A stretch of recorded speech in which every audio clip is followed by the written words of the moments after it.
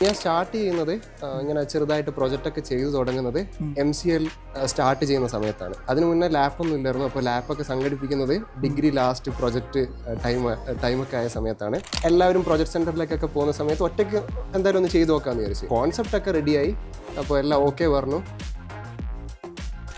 ആ സമയത്ത് GPT കാര്യങ്ങളൊന്നും ഇല്ലായിരുന്നു. അതെ, സ്റ്റാക്ക് ഓവർഫ്ലോ, അതേപോലെ തന്നെ റിസർച്ച് കാര്യങ്ങൾ മെയിൻലി ഗൂഗിളൊക്കെ ചെയ്തിട്ടാണ് കാര്യങ്ങളൊക്കെ കണ്ടില്ല. ഇപ്പോഴത്തെ പിള്ളമാരെ കേൾക്കുമ്പോൾ നോക്കും GPT ഇല്ലാണ്ടോ സാധനം മൈൻഡിൽ വരും. അതൊരു പ്രത്യേക എക്സ്പീരിയൻസ് തന്നെയാണ്. ആദ്യം തന്നെ കുറച്ച് കഷ്ടപ്പെടുന്നത് നല്ലതാണ്. അപ്പോൾ ആദ്യം തന്നെ ഏതെങ്കിലും ഒരു സ്റ്റാർട്ടപ്പ് കമ്പനീസിലൊക്കെ കയറി കഴിഞ്ഞ് കഴിഞ്ഞാൽ ഒരുപാട് കാര്യങ്ങൾ നമുക്ക് എക്സ്പ്ലോർ ചെയ്യാൻ പറ്റും. ഒരുപാട് എൻറ്റയർ പ്രൊഡക്റ്റ് ഡെവലപ്മെന്റ് നമുക്ക് മനസ്സിലാക്കാൻ പറ്റും. ഒരൊറ്റ ദിവസം കൊണ്ട് ഞാനും വേറൊരു എഞ്ചിനീയറും കൂടെ ഒരു ഫുൾ ആപ്ലിക്കേഷൻ കംപ്ലീറ്റ് ഉണ്ടാക്കിയിട്ടുണ്ട്. എന്താ പറയുക, ഉറങ്ങാതെ ഇരുന്ന് കംപ്ലീറ്റ് ചെയ്തിട്ടുണ്ട്. പിന്നെ പഠിക്കുന്ന സമയത്ത് ചിന്തിക്കേണ്ട കാര്യം, നമ്മൾ കൂടുതലും റിസർച്ച് ചെയ്ത് പഠിക്കാൻ ശ്രമിക്കുക. കൂടുതലും AI യൂസ് ചെയ്യാതെ, AI യൂസ് ചെയ്യാൻ പ്രശ്നമില്ല, പക്ഷെ നമ്മൾ കോഡ് ചെയ്യുന്ന സമയത്ത് കൂടുതലും ബേസിക് ആയിട്ടുള്ള അണ്ടർസ്റ്റാൻഡിങ് നമുക്ക് ഇല്ലാതെ AI വെച്ച് കോഡ് ജനറേറ്റ് ചെയ്ത് കഴിഞ്ഞ് കഴിഞ്ഞാൽ ഒരുപാട് പ്രശ്നങ്ങളുണ്ടാവും.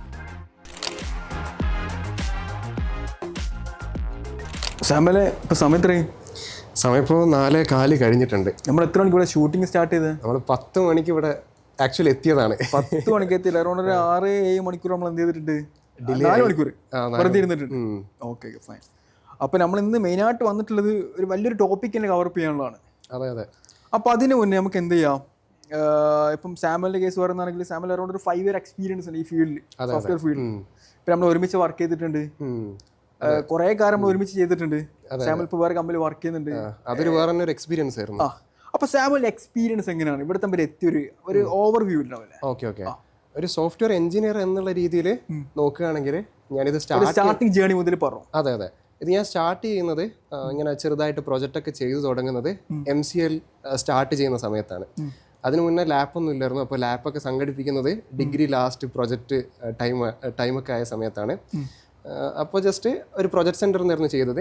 പക്ഷേ MCL എത്തിയ സമയത്ത് ചെറുതായിട്ട് പ്രൊജക്റ്റൊക്കെ ചെയ്യാൻ തുടങ്ങി. ഇങ്ങനെ വാനില JS ഒക്കെ വെച്ചിട്ട് ഓരോ പ്രൊജക്റ്റൊക്കെ ചെയ്തു. അങ്ങനെ ഈ ഫസ്റ്റ് മിനി പ്രൊജക്റ്റ് MCA ചെയ്യുന്ന സമയത്താണ് ഞാൻ വിചാരിച്ചു എന്തായാലും എല്ലാവരും പ്രൊജക്ട് സെൻറ്ററിലേക്കൊക്കെ പോകുന്ന സമയത്ത് ഒറ്റയ്ക്ക് എന്തായാലും ഒന്ന് ചെയ്തു നോക്കാമെന്ന് വിചാരിച്ചു. അപ്പോൾ കോൺസെപ്റ്റൊക്കെ റെഡിയായി, അപ്പോൾ എല്ലാം ഓക്കെ പറഞ്ഞു കോളേജിൽ നിന്ന്. അപ്പോൾ വിചാരിച്ചു കുറച്ച് റിസർച്ചൊക്കെ ചെയ്ത്, ഇപ്പോൾ ഫ്ലട്ടർ ആണ് ഒരു നല്ല മൊബൈൽ ആപ്പ് ഡെവലപ്പ് ചെയ്യാനുള്ള സംഭവം. ആ ടൈമിൽ തുടങ്ങുകയായിരുന്നു, അതൊന്ന് പോപ്പുലറായി വരികയായിരുന്നു. അത്ര മെച്യൂർ സ്റ്റേറ്റിലായിരുന്നില്ല ആ സമയത്ത്. GPT കാര്യങ്ങളൊന്നും ഇല്ലായിരുന്നു. അതെ, സ്റ്റാക്ക് ഓവർഫ്ലോ, അതേപോലെ തന്നെ റിസർച്ച് കാര്യങ്ങൾ മെയിൻലി ഗൂഗിളൊക്കെ ചെയ്തിട്ടാണ് കാര്യങ്ങളൊക്കെ കണ്ടില്ല. ഇപ്പോഴത്തെ പിള്ളമാരെ കേൾക്കുമ്പോൾ നോക്കും GPT ഇല്ലാണ്ടോ സാധനം മൈൻഡിൽ വരും. അതെ. അതൊരു പ്രത്യേക എക്സ്പീരിയൻസ് തന്നെയാണ്. കുറച്ച് റിസ്കി ആയിട്ടുള്ള കാര്യമാണ്. അതെ, മിനി പ്രോജക്റ്റ് എന്ന് പറയുന്ന സമയത്ത് ക്ലാസ് നടന്നുകൊണ്ടിരിക്കും, അതിൻ്റെ കൂടെ തന്നെയാണ് പ്രോജക്റ്റും ചെയ്യേണ്ടത്. അപ്പോൾ രാത്രിയൊക്കെ ചില സമയത്ത് 1 മണി 2 മണി വരെയൊക്കെ ഇരുന്ന് റിസർച്ചൊക്കെ ചെയ്ത്, എനിക്ക് ഫ്ലട്ടർ ഒന്നാമത് അറിയില്ല. അപ്പോൾ എന്തെങ്കിലുമൊക്കെ ചെയ്യേണ്ട ആവശ്യം വരുന്ന സമയത്ത് അതിനെപ്പറ്റി റിസർച്ച് ചെയ്ത് കണ്ടുപിടിച്ച് ചെയ്യും. ഒരുപാട് നേരം 2-3 ദിവസമൊക്കെ ഒരു ചെറിയ ഇഷ്യൂ ഒക്കെ വെച്ചിരുന്നിട്ടുണ്ട്. അങ്ങനെയാണ് മിനി പ്രോജക്റ്റ് കംപ്ലീറ്റ് ആയില്ല, ഏകദേശം 70% കംപ്ലീറ്റ് ചെയ്തു. അത് ബാക്കി കുട്ടികളൊക്കെ എങ്ങനെയാണ് നമ്മളെ നോർമലി റെഡിമെയ്ഡുമായിട്ട് കോളേജിൽ കൊടുക്കുക? അങ്ങനെ റെഡിമെയ്ഡ് വാങ്ങിയവരുണ്ട്, പ്രൊജക്ട് സെന്ററിൽ പോയി ചെയ്തവരുണ്ട്, അല്ലെങ്കിൽ ഗിറ്റബിൽ നിന്നൊക്കെ എന്താ പറയുക ക്ലോൺ ചെയ്ത് മോഡിഫിക്കേഷൻ ചെയ്ത് അല്ലാതെയും ചെയ്തവരുണ്ട്. മെജോറിറ്റി ആൾക്കാരും ഇങ്ങനെ പ്രൊജക്ട് സെന്ററിലൊക്കെ പോയിട്ടാണ് ചെയ്തിട്ടുണ്ടായിരുന്നത്. അതായിരുന്നു ഫസ്റ്റ്. അതിനുശേഷം മെയിൻ പ്രോജക്റ്റിൽ വന്ന സമയത്തും വളരെ സിമ്പിളായിരുന്നു. ടോപ്പിക്ക് സബ്മിറ്റ് ചെയ്തു, അതിനുശേഷം റിസർച്ച് ചെയ്തു ഏത് ടെക്നോളജിയാണ് യൂസ് ചെയ്യാൻ പറ്റുക. അപ്പോഴാണ് മേൺ സ്റ്റാക്ക് തുടങ്ങുന്നത്. അതെ, മേൺ സ്റ്റാക്കിലാണ്. പിന്നീട് ജോബും ഞാൻ ചെയ്തത് മേൺ സ്റ്റാക്കിലാണ് മെയിനായിട്ട് ചെയ്തത്. അപ്പോൾ അങ്ങനെയായിരുന്നു എൻ്റെ മെയിൻ പ്രൊജക്റ്റ് ഉണ്ടായിരുന്നത്. അത് ആക്ച്വലി ആദ്യം ഒരു മൊബൈൽ ആപ്പായിരുന്നു. അതിനുശേഷം എന്താ പറയുക ഒരു വെബ് ആപ്പിലേക്ക് അത് കൺവേർട്ട് ചെയ്ത് അങ്ങനെയാണ് ചെയ്തത്. ഫുള്ള് എന്താ പറയുക റിസർച്ച് ചെയ്ത് അങ്ങനെ തന്നെ പഠിച്ചതാണ്. അതിനുശേഷം സോഹോയില് ജോബ് കിട്ടി. അത് ഒരു പൂൾ ക്യാമ്പസ് ഡ്രൈവ് ആയിരുന്നു. അപ്പോൾ ഒരുപാട് കോളേജസ് ഉണ്ടായിരുന്നു, 1000-2000 പിള്ളേരുണ്ടായിരുന്നു. അങ്ങനെ ഞാൻ എൻ്റെ ഫ്രണ്ടിന് വേണ്ടി ആക്ച്വലി വന്നതാണ്. ഫ്രണ്ടിന് പ്ലേസ്മെന്റ് ആയില്ല, അപ്പോൾ ഫ്രണ്ടിന്റെ കൂടെ വന്നതാണ്. അപ്പോൾ ഫസ്റ്റ് റൗണ്ട് പാസ്സായി, പിന്നെ കോഡിംഗ് റൗണ്ട് ഉണ്ടായിരുന്നു, കോഡിംഗ് റൗണ്ടും പാസ്സായി. എന്നുവെച്ചാൽ സോഹോയിലേക്ക് പോകണമെന്ന് ആഗ്രഹിച്ചിട്ട് വന്നതല്ല? അല്ലല്ല, അങ്ങനെ വന്നതല്ല, ആക്സിഡന്റലി കയറി പോയതാണ്. അതെ. അങ്ങനെ കോഡിംഗ് റൗണ്ട് പാസ്സായി. എന്നിട്ട് അടുത്ത ദിവസം ഇൻ്റർവ്യൂ ഉണ്ടായിരുന്നു. അങ്ങനെ ഇൻ്റർവ്യൂവും പാസ്സായി, അങ്ങനെ കിട്ടി. അങ്ങനെയാണ് സോഹോയിലേക്ക് എൻ്റർ ചെയ്യുന്നത്. ഏകദേശം ഒരു 6 മാസം അവിടെ വർക്ക് ചെയ്തു. അതിനുശേഷം എനിക്ക് തോന്നി ഡീബഗ്ഗിങ് എഞ്ചിനീയർ എന്നുള്ള റോളിലായിരുന്നു. എനിക്ക് തോന്നി അവിടെ നിന്ന് കഴിഞ്ഞാൽ അധികം കരിയർ ഗ്രോത്ത് ഉണ്ടാവില്ല. ഇപ്പോൾ സ്റ്റാർട്ടപ്പ് ആവുന്ന സമയത്ത് കുറച്ചും കൂടെ ഒരുപാട് എക്സ്പ്ലോർ ചെയ്യാൻ പറ്റും. അങ്ങനെയാണ് രണ്ടാമത് അവിടെ നിന്ന് റിസൈൻ ചെയ്തു ഇറങ്ങി. ഞാൻ ചോദിക്കട്ടെ, ഈ സ്റ്റാർട്ടപ്പ് കമ്പനിയും ഇപ്പം പ്രൊഡക്റ്റ് ബേസ്ഡ് കമ്പനിയും എന്താണ് അതിൽ കൂടുതൽ ഡിഫറൻസ് എന്താണ് വരുന്നത്? മെയിൻ ആയിട്ടുള്ള ഡിഫറൻസ് എന്താ വരുന്നതെന്ന് വെച്ച് കഴിഞ്ഞാൽ സ്റ്റാർട്ടപ്പ് എന്ന് പറഞ്ഞാൽ ഭയങ്കര ഫാസ്റ്റ് പേസ്ഡ് ആയിട്ടുള്ള എന്താ പറയുക ഒരു കമ്പനിയാണ്. അതായത് എല്ലാ കാര്യങ്ങളും ഭയങ്കര സ്പീഡായിരിക്കും. ഡെഡ് ലൈൻ വളരെ സ്പീഡായിരിക്കും. ക്ലയൻറ്റ് റിക്വയർമെൻറ്റ് കാര്യങ്ങളൊക്കെ വരും. പെട്ടെന്ന് തന്നെ കാര്യങ്ങൾ ചെയ്തു കൊടുക്കേണ്ടി വരും. അപ്പോൾ കാര്യങ്ങളൊക്കെ കുറച്ചും കൂടെ ഫാസ്റ്റാണ്. അതേ സമയത്ത് തന്നെ ഒരുപാട് ടെക്നോളജീസ് നമുക്ക് എക്സ്പ്ലോർ ചെയ്യാൻ പറ്റും. നമ്മളായിരിക്കില്ല, അതായത് ഒരു entire product development from start to end നമുക്ക് എന്ത് ചെയ്യാം, അത് എക്സ്പീരിയൻസ് ചെയ്യാൻ പറ്റും. അതിലൊക്കെ നമുക്ക് ഇൻവോൾവ് ചെയ്യാൻ പറ്റും. ഒരുപാട് ടെക്നോളജീസ് നമുക്ക് പഠിക്കാൻ പറ്റും. അതാണ് ഒന്നാമത്തെ കാര്യം. ഈ പ്രൊഡക്റ്റ് ബേസ്ഡ് കമ്പനീസ് എന്ന് പറയുന്ന സമയത്ത് എല്ലാത്തിനും ഓരോ സ്പെസിഫിക് റോൾസിലും അതിൻ്റേതായ എഞ്ചിനീയേഴ്സ് ഉണ്ടാവും. അവരായിരിക്കും അത് ചെയ്യുക. ഇപ്പോൾ ഫ്രണ്ട് എൻഡ് എഞ്ചിനീയേഴ്സ് ഒരുപാട് പേരുണ്ടാവും, ബാക്ക് എൻഡ് എഞ്ചിനീയേഴ്സ് ഉണ്ടാവും, ഡെവോപ്സ് ഉണ്ടാവും. അതേ സമയത്ത് ഈ പ്രൊഡക്റ്റ് ബേസ്ഡ് കമ്പനിയിൽ പ്ലേസ്ഡ് ആയി കഴിഞ്ഞ് കഴിഞ്ഞാൽ അവിടെ കിട്ടിക്കഴിഞ്ഞ് കഴിഞ്ഞാൽ ഒരുപാട് ഇൻഡെപ്ത് നോളജ് നമുക്ക്, അതായത് ഒരു സ്പെസിഫിക് ഡൊമൈനിൽ നമുക്ക് ഒരുപാട് എന്താ പറയുക മാസ്റ്റർ ചെയ്യാൻ പറ്റും. ഒരുപാട് കാര്യങ്ങൾ, ഹൈ ലെവൽ സെക്യൂരിറ്റി സിസ്റ്റം എങ്ങനെ ഇംപ്ലിമെൻറ്റ് ചെയ്യുക, അതെങ്ങനെ ആയിരിക്കണം എന്നുള്ളൊക്കെ കാര്യങ്ങൾ നമുക്ക് പഠിക്കാൻ പറ്റും. ഒരു ഹൈ ലെവൽ ഇൻഫ്രാസ്ട്രക്ചർ എങ്ങനെയായിരിക്കും എന്നുള്ള കാര്യങ്ങളൊക്കെ നമുക്ക് മനസ്സിലാവും. ഓക്കെ. കാരണം ഇപ്പം മാക്ബിക്ക് തന്നെ കുറേ കുട്ടികൾ പഠിക്കുന്നുണ്ട് ഇവിടെ. അപ്പോൾ ഇവർക്ക് ഏതിലേക്ക് പോകാനാണ്, ഏതിലേക്ക് പോകാനാണ് സാമുവൽ പറയുക? പ്രൊഡക്റ്റ് ബേസിലാണോ സ്റ്റാർട്ടപ്പിലേക്കാണോ ആസ് എ ഒരു ബിഗിനർ ലെവലിൽ? എൻ്റെ ഒരു കോൺസെപ്റ്റ് പ്രകാരം ആദ്യം തന്നെ കുറച്ച് കഷ്ടപ്പെടുന്നത് നല്ലതാണ്. അപ്പോൾ ആദ്യം തന്നെ ഏതെങ്കിലും ഒരു സ്റ്റാർട്ടപ്പ് കമ്പനീസിലൊക്കെ കയറി കഴിഞ്ഞ് കഴിഞ്ഞാൽ ഒരുപാട് കാര്യങ്ങൾ നമുക്ക് എക്സ്പ്ലോർ ചെയ്യാൻ പറ്റും. ഒരുപാട് എൻറ്റയർ പ്രൊഡക്റ്റ് ഡെവലപ്മെൻറ്റ് നമുക്ക് മനസ്സിലാക്കാൻ പറ്റും. അത് ഓരോരുത്തരുടെ ഇൻട്രസ്റ്റ് പോലെയാണ്. ചിലർക്ക് എല്ലാ കാര്യങ്ങളും മനസ്സിലാക്കാൻ അറിയാൻ വേണ്ടി താല്പര്യം ഉണ്ടാവും. അവർക്കൊക്കെ ഒരു സ്റ്റാർട്ടപ്പ് ആയിരിക്കും നല്ലത് ഫസ്റ്റ് സ്റ്റാർട്ടിങ്ങിൽ. അതേപോലെ ചിലർക്ക് എന്താ പറയുക വർക്ക് ലൈഫ് ബാലൻസ് ആയിരിക്കും കൂടുതൽ പ്രിഫർ ചെയ്യുന്നത്. ഏതെങ്കിലും ഒരു ഡൊമൈനിൽ മാത്രം മാസ്റ്റർ ചെയ്ത് പോകാനായിരിക്കും, ഇൻഡെപ്ത് നോളജ് അങ്ങനെ പോകാനായിരിക്കും താല്പര്യം ഉണ്ടാകുക. അവർക്ക് ഒരു പ്രൊഡക്റ്റ് ബേസ്ഡ് കമ്പനീസിലൊക്കെ പോകുന്നതിൽ കുഴപ്പമില്ല. പക്ഷെ അവിടെ ഗ്രോത്ത് വളരെ കുറവായിരിക്കും. വളരെ സ്ലോ ആയിട്ടായിരിക്കും ലേൺ ചെയ്യുക. എല്ലാം സിസ്റ്റമാറ്റിക് ആയിരിക്കും. അതാണ് പ്രൊഡക്റ്റ് ബേസ്ഡ് കമ്പനീസിൻ്റെ എല്ലാം അലൈൻ ചെയ്തിട്ടായിരിക്കും ഉണ്ടാവും. അതെ, എല്ലാ കറക്റ്റ് സ്പ്രിന്റ്, സ്ക്രം മീറ്റിംഗ്, എല്ലാ കാര്യങ്ങളും എല്ലാം എന്താ പറയുക, നമ്മളൊരു സ്പ്രിന്റ് തുടങ്ങുന്നതിന് മുമ്പ് തന്നെ നമുക്ക് വളരെ ക്ലാരിറ്റി ഉണ്ടാവും എന്താണ് നമ്മൾ ചെയ്യാൻ പോകുന്നത്. എല്ലാം വളരെ സിസ്റ്റമാറ്റിക് ആയിട്ടുള്ള രീതിയായിരിക്കും. അതിനനുസരിച്ച് തന്നെ സ്ലോ ആയിട്ടായിരിക്കും കാര്യങ്ങൾ കടന്നു പോകുക. ഓക്കെ. അവിടെ കൂടുതൽ എന്താ റിലയബിലിറ്റിക്കാണ് പ്രാധാന്യം കൊടുക്കുന്നത്. സോഹോ ഇറങ്ങിയതിന് ശേഷം പിന്നെ നെക്സ്റ്റ് മൂവ് എങ്ങോട്ടേക്കായിരുന്നു? എനിക്ക് ആദ്യം ഒരു സ്റ്റാർട്ടപ്പിൽ ജോയിൻ ചെയ്യണം എന്നായിരുന്നു. 2 ഡ്രീം ഉണ്ടായിരുന്നു. ഒരു സ്റ്റാർട്ടപ്പിൽ വർക്ക് ചെയ്യണം, പിന്നെ ഏതെങ്കിലും ഒരു ബൂട്ട് സ്റ്റാർപ്പ് കമ്പനി, അതായത് ഏതെങ്കിലും സ്റ്റാർട്ട് ചെയ്യുന്ന ഒരു കമ്പനിയുടെ എന്താ പറയുക കുറച്ചൊരു മെച്യൂർ, ആ ഒരു പ്രൊഡക്റ്റ് മെച്യൂർ ആകുന്നവരെ വർക്ക് ചെയ്യണം എന്ന്, അതൊരു ഡ്രീമായിരുന്നു. അപ്പോൾ കുറച്ചു കാലം നമ്മൾ കമ്പനീൻ്റെ 0 to 1 ലെവൽ എത്താൻ. അതെ. ആ ഒരു ഡെവലപ്മെൻറ്റ് ഫേസിൽ എന്താ പറയുക അവിടെ വർക്ക് ചെയ്യുക, ടെക്നോളജീസ് ഒക്കെ എക്സ്പ്ലോർ ചെയ്യുക, അങ്ങനെ ഒരു ഫേസിലേക്ക് കൊണ്ടെത്തിക്കുക എന്നുള്ളതൊരു ഡ്രീമായിരുന്നു. അപ്പോൾ ഫസ്റ്റ് തന്നെ നമ്മൾ മാക്ബിക്കിൽ കുറച്ച് കാലം വർക്ക് ചെയ്തു. അതൊരു എക്സ്പീരിയൻസ് ആയിരുന്നു. അവിടെ നമ്മൾ കുറേ കാര്യങ്ങളൊക്കെ എക്സ്പ്ലോർ ചെയ്തു. കുറച്ച് വെബ്സൈറ്റ് കാര്യങ്ങൾ, വെബ് ആപ്പ് കാര്യങ്ങളൊക്കെ നമ്മൾ ഉണ്ടാക്കി. അതിനുശേഷം നേരിട്ട് സ്മാർട്ട് കോഡ്സ് എന്ന് പറഞ്ഞ കമ്പനിയിലേക്ക് കിട്ടി. അവിടെയാണ് ആക്ച്വലി എന്താ പറയുക ലൈഫ് ചേഞ്ചിങ് എന്ന് പറയുന്നത്. ഒരുപാട് കാര്യങ്ങൾ ഡെവോപ്സിലാണെങ്കിലും ഡോക്കർ, ക്യൂബർനെറ്റ്സ്, അങ്ങനെ എല്ലാ സംഭവങ്ങളും എൻഡ് ടു എൻഡ് ലൈക്ക് എന്താ പറയുക ഒരു പ്രൊഡക്റ്റ് ഇപ്പോൾ ഒരൊറ്റ ദിവസം കൊണ്ട് ഞാനും വേറൊരു എഞ്ചിനീയറും കൂടെ ഒരു ഫുൾ ആപ്ലിക്കേഷൻ കംപ്ലീറ്റ് ഉണ്ടാക്കിയിട്ടുണ്ട്. അതായത് രാവിലെ ഒരു 9 മണിക്ക് തുടങ്ങിയിട്ട് പിറ്റേ ദിവസം പുലർച്ചെ ഒരു 7-7:30 വരെ എന്താ പറയുക ഉറങ്ങാതെ ഇരുന്ന് കംപ്ലീറ്റ് ചെയ്തിട്ടുണ്ട്. അതൊക്കെ ഓരോ എക്സ്പീരിയൻസ് ആണ്. ഒരുപാട് ലേണിംഗ് എന്താ പറയുക നമുക്ക് കിട്ടി. അതിനുശേഷമാണ് ഇപ്പോൾ യന്ത്ര ലാബ്സ് എന്ന് പറഞ്ഞ കമ്പനിയിൽ ജോയിൻ ചെയ്തു. അവിടെ ഒരു ബൂട്ട് സ്റ്റാർപ്പ് കമ്പനിയായിരുന്നു. ജസ്റ്റ് സ്റ്റാർട്ടിങ് മുതൽ തന്നെ എന്താ പറയുക തുടങ്ങി ഇപ്പോൾ 6 മാസം ആകുന്നു. അപ്പോൾ ഒരു പ്രൊഡക്റ്റിനെ ഒരു മെച്യൂർ സ്റ്റേറ്റിലേക്ക് ആക്കിക്കൊണ്ടിരിക്കുന്നു. ഇനി ഒരുപാട് കാര്യങ്ങൾ ചെയ്യാനുണ്ട്. അപ്പോൾ ആ ഡെവലപ്മെൻറ്റ് പ്രോസസ്സിൽ ഭാഗമാകാൻ പറ്റി. അതൊരു നല്ലൊരു എക്സ്പീരിയൻസ് ആണ്.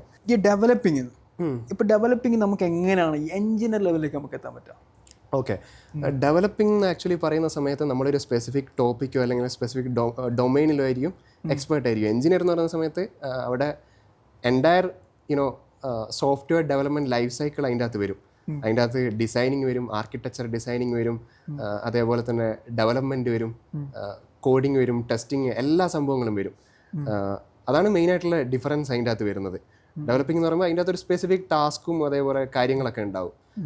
എഞ്ചിനീയർ എന്ന് പറയുമ്പോൾ എല്ലാം എഞ്ചിനീയറിംഗ് ആണ്. ടെസ്റ്റിംഗ്, ഡിസൈനിങ്ങും കാര്യങ്ങൾക്കും എല്ലാം വരുന്നതായിരിക്കും എഞ്ചിനീയറിംഗ് ഉണ്ടാവും. അതിൻ്റെ അകത്ത് എല്ലാ സ്റ്റെപ്പിലും നമുക്ക് എന്താ പറയുക അതിൻ്റെതായ റോൾ ഉണ്ടാവും. അതിൻ്റെ ഒരു ജേണി നമുക്ക് എങ്ങനെയാണ് ഒരു സ്റ്റുഡൻറ്റ് പഠിക്കുമ്പോൾ അതിൻ്റെ ജേണി എങ്ങനെയായിരിക്കും വരേണ്ടി വരാം? ഓക്കെ. ആദ്യം സ്റ്റാർട്ട് ചെയ്യുന്ന സമയത്ത് ഒരു ബിഗിനർ ആണെങ്കിൽ സ്റ്റാർട്ട് ചെയ്യുന്ന സമയത്ത് ഏതെങ്കിലും ഒരു പ്രോഗ്രാമിംഗ് ലാംഗ്വേജ് അത്യാവശ്യം ഫണ്ടമെൻ്റൽ, അതിൻ്റെ അകത്ത് ഫണ്ടമെൻ്റലായിട്ട് അറിഞ്ഞിരിക്കേണ്ട കാര്യങ്ങളൊക്കെ മനസ്സിലാക്കുക എന്നുള്ളതാണ് ഫസ്റ്റ് ആയിട്ടുള്ള കാര്യം. അത് പ്രോഗ്രാമിംഗ് ലാംഗ്വേജ് ഡിസൈഡ് ചെയ്യുന്നതിന് മുമ്പ് തന്നെ ഏത് ഫീൽഡാണ് അവരുടെ ഇൻട്രസ്റ്റ് എന്ന് വെച്ചാൽ, വെബ് ഡെവലപ്മെൻ്റ് ഒക്കെ ആണെങ്കിൽ ജാവാ സ്ക്രിപ്റ്റോ, ഇപ്പോൾ പൈത്തൺ ആണെങ്കിൽ പൈത്തണും പ്രിഫർ ചെയ്യാം. അതേപോലെ തന്നെ എന്താ പറയുക, ഡേറ്റാ സയൻസ്, മെഷീൻ ലേണിംഗ് അതിലൊക്കെയാണ് ഇൻട്രസ്റ്റ് എങ്കിൽ പൈത്തൺ പഠിക്കുന്നതായിരിക്കും നല്ലത്. കാരണം അതായിരിക്കും കൂടുതലായിട്ട് യൂസ് ചെയ്യുക. അപ്പോൾ അങ്ങനെ പ്രോഗ്രാമിംഗ് ലാംഗ്വേജ് സെലക്ട് ചെയ്യുക. സെലക്ട് ചെയ്തതിന് ശേഷം എന്താ പറയുക അതിൻ്റെ ഫണ്ടമെൻ്റൽ ആയിട്ടുള്ള കാര്യങ്ങളൊക്കെ പഠിക്കുക, കുറച്ച് പ്രോബ്ലം സോൾവിങ് ചെയ്യുക. ഒരുപാട് പ്രോബ്ലം സോൾവിങ് എന്ന് പറയുന്ന സമയത്ത് അത് വളരെ ഇമ്പോർട്ടൻ്റ് ആയ ഒരു കാര്യമാണ്. നമ്മൾ എത്ര സ്കിൽ ഉണ്ടാക്കിയിട്ട് നമുക്ക് പ്രോബ്ലം സോൾവ് ചെയ്യാനുള്ള ഒരു സ്കില്ലില്ലെങ്കിൽ അതിൽ കാര്യമില്ല. അതെ, അതിൽ കാര്യമില്ല. നമ്മൾ ഒരു പ്രോബ്ലംസ് വരുന്ന സമയത്ത് ഒരുപാട്, നമ്മളൊരു സോഫ്റ്റ്വെയർ ഡെവലപ്പ് ചെയ്യുന്ന സമയത്ത് ഒരുപാട് ചലഞ്ചസ് വരും. അത് നമുക്ക് സോൾവ് ചെയ്യാൻ പറ്റണം. അത് വളരെ ഒപ്റ്റിമൈസ്ഡ് ആയിട്ടുള്ള രീതിയിൽ സോൾവ് ചെയ്യാൻ പറ്റണം. അതിനുശേഷം എന്താ പറയുക ഫ്രെയിം വർക്ക് നമുക്ക് ചൂസ് ചെയ്യാം. ഇപ്പോൾ വെബ് ആപ്പോ അങ്ങനെയൊക്കെയാണ് ആ ഒരു ഫീൽഡിലേക്കാണ് പോകുന്നതെങ്കിൽ നമുക്ക് മേൺ സ്റ്റാക്കോ അങ്ങനെ എന്തെങ്കിലും ഫ്രെയിം വർക്ക് നമുക്ക് സെലക്ട് ചെയ്യാം. അതിനുശേഷം അതിൻ്റെ ഫണ്ടമെൻ്റൽ ആയിട്ടുള്ള കാര്യങ്ങൾ, ഇപ്പോൾ ഫോർ എക്സാമ്പിൾ വെബ് ഡെവലപ്മെൻ്റ് ആണെങ്കിൽ നമ്മൾ HTML-ൻ്റെ ബേസിക് ആയിട്ടുള്ള കാര്യങ്ങൾ മനസ്സിലാക്കുക, CSS പഠിക്കുക, അതിലൊരു ചെറിയ പ്രൊജക്റ്റ് ക്രിയേറ്റ് ചെയ്യുക. അതിനുശേഷം ഫ്രെയിം വർക്കിലേക്ക് കടക്കുക, റിയാക്ട് പഠിക്കുക. റിയാക്ട് വെച്ചിട്ടൊരു നല്ല സൂപ്പർ ഇൻറ്റ്യൂട്ടീവ് ആയിട്ടുള്ള ഒരു നല്ല സോഫ്റ്റ്വെയർ ക്രിയേറ്റ് ചെയ്യുക, സോഫ്റ്റ്വെയറിലെ വെബ്സൈറ്റ് ഡിസൈൻ ചെയ്യുക. അതിനുശേഷം നമുക്ക് ബാക്ക് എൻഡ് പഠിക്കാം, MongoDB അത്യാവശ്യം പഠിക്കുക, Node.js പഠിക്കുക, എന്നിട്ട് നല്ലൊരു ഫുൾ സ്റ്റാക്ക് ആപ്ലിക്കേഷൻ ക്രിയേറ്റ് ചെയ്യുക. ഇങ്ങനെ പഠിച്ചു കഴിഞ്ഞാൽ അവർക്ക് കരിയർ ഗ്രോത്ത് നന്നായിട്ടുണ്ടാകും. കാര്യങ്ങൾ പിന്നെ പഠിക്കുന്ന സമയത്ത് ചിന്തിക്കേണ്ട കാര്യം, നമ്മൾ കൂടുതലും റിസർച്ച് ചെയ്ത് പഠിക്കാൻ ശ്രമിക്കുക. കൂടുതലും AI യൂസ് ചെയ്യാതെ, AI യൂസ് ചെയ്യാൻ പ്രശ്നമില്ല, പക്ഷേ നമുക്ക് റോഡ് മാപ്പ് ക്രിയേറ്റ് ചെയ്യാനും അതിനൊക്കെ നമുക്ക് AI യൂസ് ചെയ്യാം. പക്ഷേ നമ്മൾ കോഡ് ചെയ്യുന്ന സമയത്ത് കൂടുതലും ബേസിക് ആയിട്ടുള്ള അണ്ടർസ്റ്റാൻഡിങ് നമുക്ക് ഇല്ലാതെ AI വെച്ച് കോഡ് ജനറേറ്റ് ചെയ്ത് കഴിഞ്ഞാൽ ഒരുപാട് പ്രശ്നങ്ങളുണ്ടാവും. നമ്മളിപ്പോൾ ഒരു വലിയ സോഫ്റ്റ്വെയർ ലെഗസി കോഡിലൊക്കെയാണ് വർക്ക് ചെയ്യുന്നതെങ്കിൽ അതിൽ ചിലപ്പോൾ നമുക്ക് കോഡ് നമ്മൾ GPT എവിടെ വെച്ച് ആയാലും നമുക്ക് ജനറേറ്റ് ചെയ്തെടുക്കാം. അത് എവിടെ യൂസ് ചെയ്യണം, എങ്ങനെ യൂസ് ചെയ്യണം, ഈ കോഡ് യൂസ് ചെയ്ത് എന്തെങ്കിലും പ്രശ്നങ്ങളുണ്ടോ, ഒപ്റ്റിമൈസേഷൻ പ്രശ്നമുണ്ടോ, എഫിഷ്യൻസി പ്രശ്നമുണ്ടോ, ഇതൊക്കെ നമ്മൾ അറിയണം. അതറിഞ്ഞില്ലേ ഭയങ്കര പ്രശ്നമാണ്. അല്ല, അതാണ് പറഞ്ഞത്. ഇപ്പൊ ഡെവലപ്പിംഗ് വരാതെ എന്ന് വെച്ചാൽ പഠിക്കണം ആഗ്രഹമുണ്ട്. അപ്പൊ ഇവരൊക്കെ പുറത്തുനിന്നുള്ള ആൾക്കാരൊക്കെ എന്ത് വരും, നെഗറ്റീവ് വരും. എടാ AI വന്നാല് ജോബ് പോകും എന്നുള്ളത്. ഇത് ഇപ്പം ചെയ്യുന്നവർക്കറിയാം ഒരിക്കലും ജോബ് പോകില്ല എന്നുള്ളത്. ഇല്ല. ഇത് മെയിനായിട്ട് AI വരുന്ന സമയത്ത് നഷ്ടപ്പെടുന്നത് ഈ ഓട്ടോമേറ്റ് ആയിട്ട് നമുക്ക് ചെയ്യേണ്ടി വരുന്ന കാര്യങ്ങളൊക്കെയാണ്. ഇപ്പോൾ പ്രോഗ്രാമിംഗ് തന്നെ എടുത്തു കഴിഞ്ഞ് കഴിഞ്ഞാൽ നമ്മളിപ്പോൾ ഒരു ബാക്ക് എൻഡ് ആപ്ലിക്കേഷൻ ക്രിയേറ്റ് ചെയ്യുന്ന സമയത്ത് ഒരുപാട് ബോയിലർ പ്ലേറ്റ് കോഡ്സ് നമുക്ക് ക്രിയേറ്റ് ചെയ്യേണ്ടി വരും. അതുപോലെ ചില കോഡ് നമുക്ക് ജനറേറ്റ് ചെയ്യേണ്ടി വരും. അതൊക്കെ നമുക്ക് AI വെച്ചിട്ട്, എഞ്ചിനീയേഴ്സ് എന്ന് പറഞ്ഞു കഴിഞ്ഞാൽ ഇനി വരുന്ന കാലത്ത് AI കോപ്പൈലറ്റ്സായി മാറാൻ പോവുകയാണ്.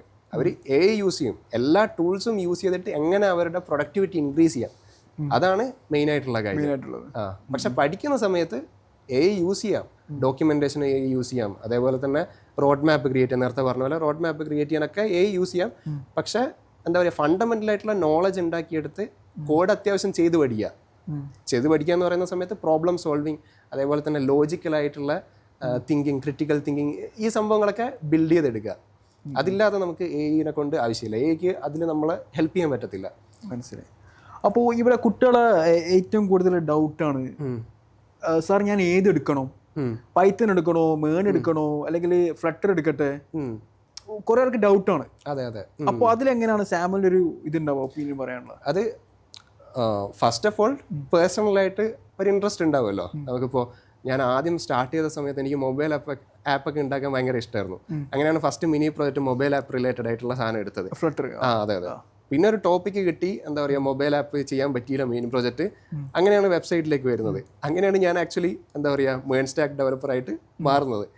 അപ്പോൾ ആദ്യം തന്നെ നമുക്കൊരു ഇൻട്രസ്റ്റ് ഉണ്ടാവും. ഇപ്പോൾ ചിലർക്ക് ഡിസൈൻ ചെയ്യാനായിരിക്കും താല്പര്യം, അവർക്ക് ഫ്രണ്ട് എൻഡ് പഠിക്കാം. റിയാക്ട് ജെഎസോ ജാവാ സ്ക്രിപ്റ്റ് അങ്ങനെയുള്ള കാര്യങ്ങളൊക്കെ പഠിക്കാം. ചിലർക്ക് എന്താ പറയുക ബാക്ക് എൻഡ് കുറച്ചും കൂടെ എന്താ പറയുക AI റിലേറ്റഡ് ആയിട്ടുള്ള ഫീൽഡിലേക്കൊക്കെ ആയിരിക്കും പോകാൻ താല്പര്യം. അങ്ങനെയുള്ളവർക്ക് പൈത്തൺ പഠിക്കാം. ഇങ്ങനെ ഒരു സ്പെസിഫിക് ലാംഗ്വേജ് മാത്രമേ പഠിക്കാൻ പാടുള്ളൂ എന്നില്ല. എല്ലാ ലാംഗ്വേജസിനും അതിൻ്റെതായ ഉപയോഗമുണ്ട്, അതേപോലെ തന്നെ അതിൻ്റെതായ ട്രേഡ് ഓഫ്സും ഉണ്ട്. അതാണ് കാര്യം. നമ്മളിപ്പോൾ ഒരു റിക്വയർമെൻറ്റ് വരുന്ന സമയത്ത് ടെക്നോളജി അഗ്നോസ്റ്റിക് ആയിട്ടാണ് കൂടുതൽ എന്ത് ചെയ്യുക ഫ്രെയിം വർക്ക് കാര്യങ്ങളൊക്കെ തിരഞ്ഞെടുക്കുക. അല്ല അതല്ല, ഇപ്പോൾ ഒരു കുട്ടി ഇപ്പം പൈത്തൺ എടുത്ത് ചിലപ്പോൾ 2 മാസം കഴിഞ്ഞ അവരെന്ത് വിചാരിക്കും, എന്നാ നോഡ് കൂടി പഠിക്കാം, ജാവാ സ്ക്രിപ്റ്റും കൂടി പഠാം, എല്ലാം വേണം, ഫ്ലട്ടറും കൂടി കുറച്ചൊന്ന് നോക്കാം. അങ്ങനെ കുറേ ആൾക്കാരുണ്ട്. അതെ ഒരുപാട് പേരുണ്ട്. അതൊരു ഭയങ്കര പ്രശ്നം തന്നെയാണ്. ആക്ച്വലി നമ്മൾ ആദ്യം പഠിക്കുന്ന സമയത്ത് ഏതെങ്കിലും ഒരു സ്പെസിഫിക് ആയിട്ടുള്ള ഡൊമൈനിൽ എന്ത് ചെയ്യണം, മാസ്റ്റർ ചെയ്യാൻ ശ്രമിക്കണം. ഒന്നിൽ മാസ്റ്റർ ചെയ്ത് കഴിഞ്ഞാൽ നമുക്ക് എന്താ പറയുക മറ്റ് ടെക്നോളജീസ് അഡാപ്റ്റ് ചെയ്യാനുള്ള കഴിവ് എബിലിറ്റി വളരെ കൂടുതലായിരിക്കും. ഇത് ഒരു എന്താ പറയുക ടെക്നോളജി കാണുന്ന സമയത്ത് അത് പഠിച്ച് അപ്പുറം പോയിട്ട് ഒരു ജാക്ക് ഓഫ് ട്രേഡ് ആയതിനെ കൊണ്ട് വലിയ കാര്യമൊന്നുമില്ല. പക്ഷെ അവർ വിചാരിക്കുക പൈത്തണില് ഇത്ര സാലറി ഉണ്ട്, നോഡ് കൂടി പഠിക്കുന്ന ഇത്ര സാലറി കിട്ടും, ഫ്ലട്ടറും കൂടി അതിനോട് ഉണ്ടെങ്കിൽ കുറച്ചും കൂടി സാലറി കിട്ടും. അങ്ങനെ കുറേ ആൾക്കാരുണ്ട് ഇപ്പൊ നമ്മുടെ ഇൻഡസ്ട്രിയിൽ. ഇപ്പൊ ഞാനൊക്കെ ഇന്റർവ്യൂ എടുക്കുന്ന സമയത്ത് ഇവരെ CV നോക്കുമ്പോ ഫ്ലട്ടർ, നോഡ്, പൈത്തണ് എല്ലാം ഉണ്ടാവും. ഞാൻ വിചാരിച്ചു ഈ അങ്ങനെ ഒരു കൊല്ലം കൊണ്ട് ഇതൊക്കെ പഠിച്ച് സാർ ഞാൻ അതൊക്കെ പഠിച്ചു സാർ. അങ്ങനെയാണുള്ളത് അവിടെ. ഇൻഡെപ്ത് ആയിട്ടുള്ള നോളജ് ഉണ്ടാവില്ല, എല്ലാം തൊട്ട് പോയിക്കണ്ടോ. പക്ഷെ അവൻ എവിടെ എത്താനും പോകുന്നില്ല അവിടെ. അതെ അതാണ് നമ്മൾ പഠിക്കുന്ന സമയത്ത് ഏതെങ്കിലും ഒരു ഡൊമൈൻ എടുത്ത് അതിൽ എന്താ പറയുക സ്പെഷ്യലൈസ് ചെയ്യുക, അതിൽ മാസ്റ്റർ ചെയ്യുക. അതിന് ഭയങ്കര വാല്യൂ ആണ്. അങ്ങനെ മാസ്റ്റർ ചെയ്ത് കഴിഞ്ഞ് കഴിഞ്ഞാൽ ഇപ്പോൾ സ്വിച്ച് ചെയ്യേണ്ടി വന്നു കഴിഞ്ഞ് കഴിഞ്ഞാൽ നാളെ ഇപ്പോൾ എന്തെങ്കിലും ഒരു പുതിയ ടെക്നോളജീസ് വന്നു, ഭയങ്കര സ്കോപ്പാണ്. അപ്പോൾ സ്വിച്ച് ചെയ്യാൻ വളരെ എളുപ്പമാണ്. നമുക്ക് എന്ത് ഒരു പ്രൊജക്റ്റ് ചെയ്താൽ മതി, 2 ആഴ്ച 3 ആഴ്ച കൊണ്ട് നമുക്ക് അത് പഠിച്ചെടുക്കാൻ പറ്റും. സംഭവം കോൺസെപ്റ്റ് ഒക്കെ ഏകദേശം സെയിം തന്നെയാണ്. അതെ സിൻടാക്സും കാര്യങ്ങളൊക്കെയാണ്, അതിൻ്റെ യൂസേജ് കാര്യങ്ങളൊക്കെ അങ്ങോട്ടും ഇങ്ങോട്ടും ചെറിയ വ്യത്യാസം ഉണ്ടാവും. ഞാൻ തന്നെ ഇപ്പോൾ വർക്ക് ചെയ്യാൻ തുടങ്ങിയിട്ട് ഫാസ്റ്റ് APIയിൽ വർക്ക് ചെയ്തു, അതേപോലെ തന്നെ മേൺ സ്റ്റാക്കിൽ വർക്ക് ചെയ്തു, PHPയിൽ വർക്ക് ചെയ്തു. അങ്ങനെ ഒരുപാട് വൈഡ് വെറൈറ്റി ഓഫ് ടെക്നോളജീസിൽ. പക്ഷെ അതിന്റെ റീസൺ എന്താണെന്ന് വെച്ചിട്ടുണ്ടെങ്കിൽ നമ്മൾ ഒന്നിൽ പ്രോ ആണ്. അതെ ഒന്നിൽ പ്രോ ആവാനിക്ക് മാത്രമാണ് വേറെ സ്റ്റാക്കിലേക്ക് എന്ത് ചെയ്യാൻ പറ്റുള്ളൂ, ജമ്പ് ചെയ്യാൻ പറ്റുള്ളൂ. അതെ എല്ലാം കോറായിട്ടുള്ള കോൺസെപ്റ്റ് ഏകദേശം സെയിം ആണ്. അപ്പോൾ ഒന്നിൽ മാസ്റ്റർ ആയി കഴിഞ്ഞ് കഴിഞ്ഞാൽ മറ്റേ കാര്യങ്ങൾ നമുക്ക് ഏകദേശം പഠിച്ചെടുക്കാൻ പറ്റും. പിന്നെ വേറെ കുറെ ഡൗട്ടാണ് ഇതിൽ എത്ര അവേഴ്സ് ഇതിൽ സ്പെൻഡ് ചെയ്യണമെന്നുള്ളത്. കാരണം ചില കുട്ടികളൊക്കെ എന്ത് ചെയ്യുന്നുണ്ട് ഡെയിലി 2 hours 3 hours ഒക്കെയാണ് സ്പെൻഡ് ചെയ്യുന്നുള്ളൂ. അതെ അപ്പോൾ അതിനെപ്പറ്റി എന്താണ് സാമുവലിന് പറയാനുള്ളത്? ഇപ്പോൾ ഓരോ ആളുകൾ എടുത്തു കഴിഞ്ഞ് കഴിഞ്ഞാൽ അവരുടെ എന്താ പറയുക ലേണിംഗ് പേസ് എന്ന് പറയുന്നത് ഡിഫറെൻ്റ് ആയിരിക്കും. ഇപ്പോൾ ഞാനിപ്പോൾ 2 മാസം കൊണ്ട് ഒന്ന് പഠിച്ചെടുക്കുന്നത് ചിലപ്പോൾ റഹ്മാന് 1 മാസം കൊണ്ട് പഠിച്ചെടുക്കാൻ പറ്റും അല്ല. ഓരോരുത്തരുടെയും ഡെവലപ്മെൻറ്റ് പേസ് എന്ന് പറയുന്നത് അല്ലെ ലേണിംഗ് പേസ് എന്ന് പറയുന്നത് ഡിഫറെൻ്റ് ആണ്. അത് നോക്കുന്ന സമയത്ത് പക്ഷേ പൊതുവായിട്ടുള്ള എൻ്റെ ഒരു അഭിപ്രായത്തിൽ ഒരു 3 മാസം മുതൽ 6 മാസം വരെ നമ്മൾ ഡെഡിക്കേറ്റ് ചെയ്ത് കറക്റ്റായിട്ട് റോഡ് മാപ്പ് ഉണ്ടാക്കി അതുവഴി അങ്ങനെ പോവുകയാണെങ്കിൽ കറക്റ്റായിട്ട് എന്താ സെൽഫ് മോട്ടിവേറ്റഡ് ആയിട്ട് പോവുകയാണെങ്കിൽ നമുക്ക് ആ ഒരു എടുക്കുന്ന ടോപ്പിക്കിൽ ഡൊമൈനിൽ എന്താ പറയുക മാസ്റ്റർ ആകാൻ പറ്റും. അടിപൊളി. അതെ നമുക്ക് നല്ല കരിയർ ഗ്രോത്തും ഉണ്ടാവും. വേറെ ഉള്ളത് കുറെ ആൾക്കാർ എന്ത് ചെയ്യുന്നുണ്ട്, സെൽഫ് ലേണിംഗ് പോസിബിൾ അല്ല, ഒരു ടീച്ചറാണ് പഠിപ്പിച്ചു കൊടുക്കുക. എന്താണ് സാമുവലിന്റെ എക്സ്പീരിയൻസിൽ അതിലുള്ളത്? എൻ്റെ എക്സ്പീരിയൻസിൽ എങ്ങനെയാണെന്ന് വെച്ചാൽ ഞാൻ പഠിച്ചതൊക്കെ സെൽഫ് ലേണിംഗ് ആയിട്ടാണ്. ഞാനിപ്പോൾ എന്താ പറയുക മിനി പ്രോജക്റ്റ് ചെയ്തതും മെയിൻ പ്രോജക്റ്റ് ചെയ്തതും എല്ലാം ഒറ്റയ്ക്കിരുന്ന് റിസർച്ച് ചെയ്ത് കണ്ടുപിടിച്ച് അങ്ങനെ ചെയ്തതാണ്. അപ്പോൾ എനിക്ക് കൂടുതലും സെൽഫ് ലേണിംഗ് പഠിച്ചു കഴിഞ്ഞാൽ കൂടുതൽ കാര്യങ്ങൾ മനസ്സിലാക്കാൻ പറ്റും എന്നുള്ളൊരു ധാരണയാണ് എനിക്കുള്ളത്. അപ്പോൾ സെൽഫ് ലേൺ ചെയ്ത് ഒരുപാട് പേരെ എനിക്ക് അറിയുകയും ചെയ്യാം. അവർക്കൊക്കെ കരിയറിൽ ഒരുപാട് ഗ്രോത്ത് ഉണ്ടാക്കാൻ സാധിച്ചിട്ടുണ്ട്. ഒരു എന്താ പറയുക ട്യൂട്ടർ എക്സ്റ്റേണൽ വരുന്ന സമയത്ത് നമ്മൾ അവരുടെ പാത്തിലൂടെ ആയിരിക്കും നമ്മൾ സഞ്ചരിക്കുക. അവർ കാണിച്ചു തരുന്നൊരു കറക്റ്റ് ഒരു എക്സാക്ട് വഴി ഉണ്ടാവും, അതിലൂടെ നമ്മൾ പോകും. നമ്മൾ അങ്ങോട്ടും പോവില്ല ഇങ്ങോട്ടും പോവില്ല, നമ്മൾ എക്സ്ട്രാ റിസർച്ച് ചെയ്യില്ല, എക്സ്ട്രാ ഒന്നും നമ്മൾ ഡെവലപ്പ് ചെയ്യില്ല, നമ്മൾ അധികം ചിന്തിക്കില്ല. അവരെന്താണോ പറയുന്നത് അതേപോലെ പോകും. അപ്പോൾ നമ്മൾ ഈ ഒരു കമ്പനിയിൽ ജോലി ചെയ്യുന്ന സമയത്തും നമ്മൾ മാനേജേഴ്സ് എന്താണോ പറയുന്നത് ആ രീതിയിൽ അങ്ങ് പോയി അങ്ങനെ അങ്ങ് പോകും. അതിന് പുറമെ നമ്മൾ കുറച്ചും കൂടെ ചിന്തിക്കണം, ഔട്ട് ഓഫ് ദി ബോക്സ് നമുക്ക് ചിന്തിക്കാൻ പറ്റണം. അല്ല അതിന് ഏറ്റവും വലിയ എക്സാമ്പിളാണ് ഇപ്പം നമ്മളൊരു കമ്പനി കയറി കഴിഞ്ഞാൽ, ഇപ്പോൾ ഞാൻ ഇപ്പോൾ ഷിഫ്റ്റ് ചെയ്തുകൊണ്ടിരിക്കുന്നവരും പറയും ഒരു കോട്ട്ലിൻ്റെ പ്രോജക്റ്റ് വന്നിട്ടുണ്ടോ, അതെ അത് ഞാൻ സെൽഫ് ലേൺ ചെയ്തുകൊണ്ട് മാത്രമാണ് എനിക്ക് എന്താ ചെയ്യാൻ പറ്റിയത്. ഒരാൾ പഠിപ്പിച്ചു തന്നിട്ടുണ്ടെങ്കിൽ ഒരിക്കലും അത് പോസിബിൾ അല്ലത്. തീർച്ചയായും ഇതാണ് അതിൻ്റെ ഒരു അതിൻ്റെ ഒരു സെൽഫ് ലേണിംഗിന് അത്രത്തോളം ഒരു സ്കില്ല് വരുന്നത് അവിടെ. അതെ നമുക്ക് സെൽഫായിട്ടൊരു ടെക്നോളജി പഠിച്ചെടുത്തിട്ടുണ്ടെങ്കിൽ നമുക്കൊരു കോൺഫിഡൻസ് ആണ് ഇനി എന്ത് വന്നു കഴിഞ്ഞാൽ അതെനിക്ക് ചെയ്യാൻ പറ്റും, എന്തും ചെയ്യാൻ പറ്റുന്ന ഒരു കോൺഫിഡൻസ് നമുക്ക് ബിൽഡ് ചെയ്യാൻ അതെ പറ്റും. ബിസിനസ് സ്റ്റാർട്ട് ചെയ്യാനോ ഒരു എന്റർപ്രണർഷിപ്പ് സ്റ്റാർട്ട് ചെയ്യാനോ എന്തിനും ഏറ്റവും ബെനിഫിറ്റ് സ്വന്തമായിട്ട് പഠിക്കുക എന്നുള്ളതാണ്. അതെ അതെ അതെ. അതേപോലെ തന്നെ ഈ തോറ്റവരുണ്ടാകും നമ്മളെ കരിയറിൽ. എന്റർപ്രണർഷിപ്പിനെ കുറിച്ച് പറയുന്ന സമയത്ത് അതിൻ്റെ തോറ്റവരുണ്ടാകും. അവരുടെ അടുത്ത് നമുക്ക് കൂടുതൽ പഠിക്കാൻ പറ്റുക, അതൊക്കെ വലിയ കാര്യമാണ്. പിന്നെ ചോദിക്കാനുള്ളത്, ഇപ്പം നമുക്കൊക്കെ IT ബാക്ക്ഗ്രൗണ്ട് ഉണ്ട്. അതെ അതെ.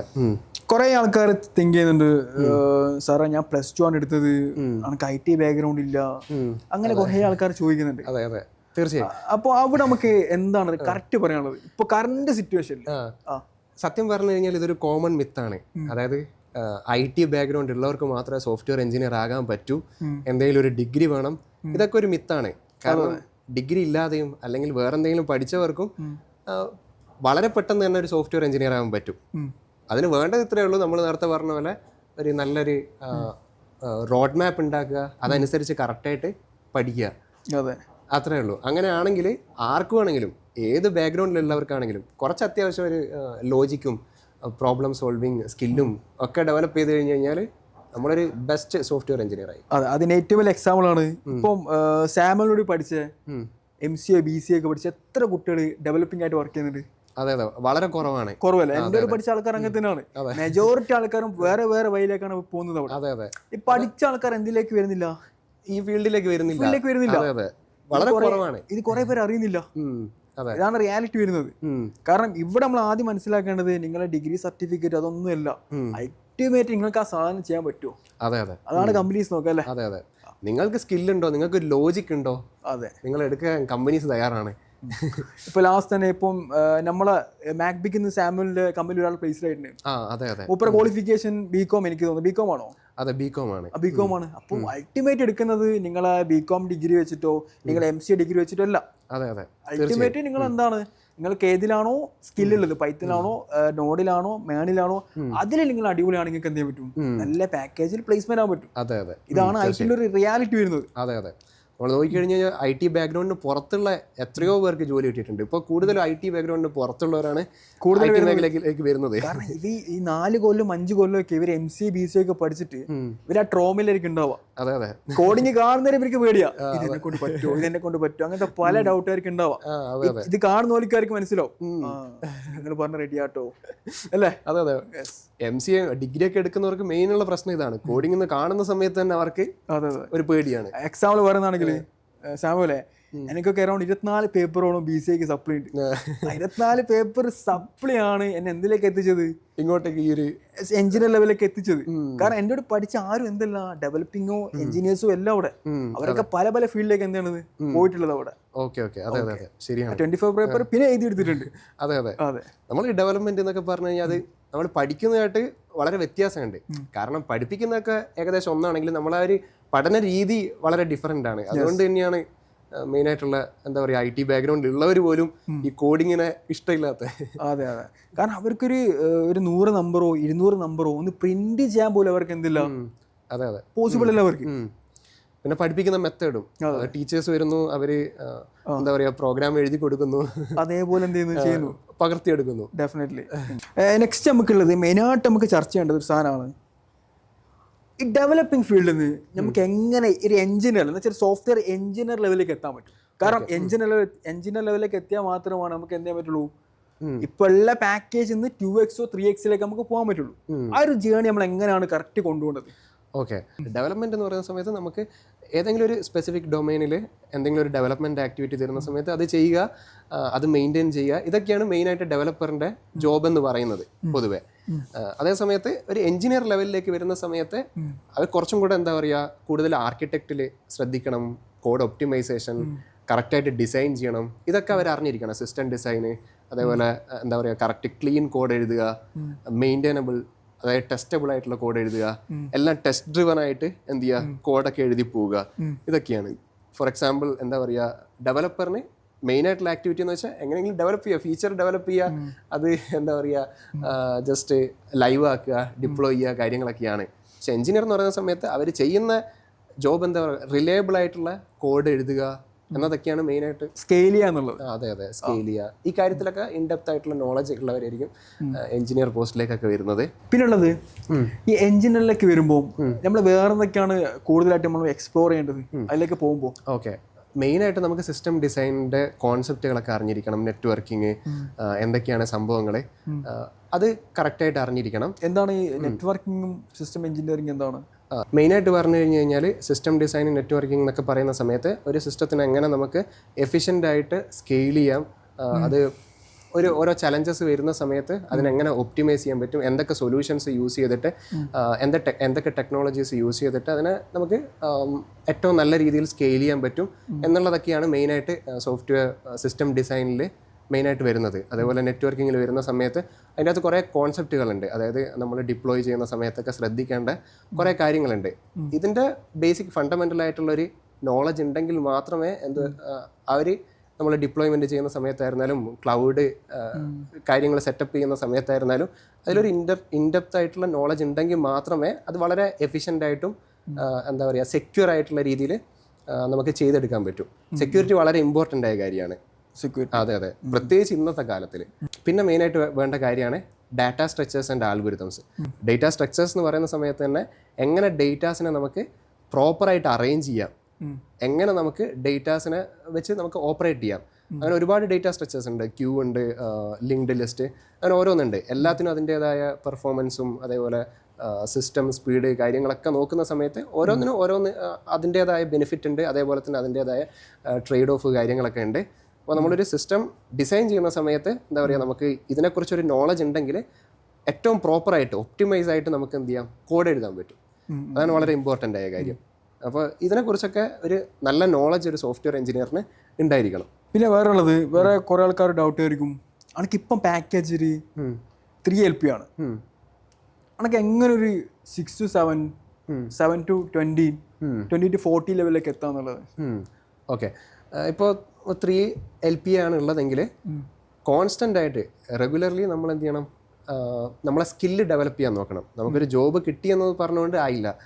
നമ്മൾ കോൺസ്റ്റൻ്റ്ലി എന്താ പറയുക, ടെക്നോളജി ഇവോൾവ് ചെയ്തുകൊണ്ടിരിക്കുകയാണ്, പുതിയ കാര്യങ്ങൾ വന്നുകൊണ്ടിരിക്കുകയാണ്. എല്ലാ കാര്യത്തിലും നന്നായിട്ട് പഠിക്കുക, പുതിയ ടെക്നോളജീസ് വരുമ്പോൾ അതിനെക്കുറിച്ച് അവെയർ ആയിരിക്കുക, അത് നമ്മൾ യൂസ് ചെയ്യുക.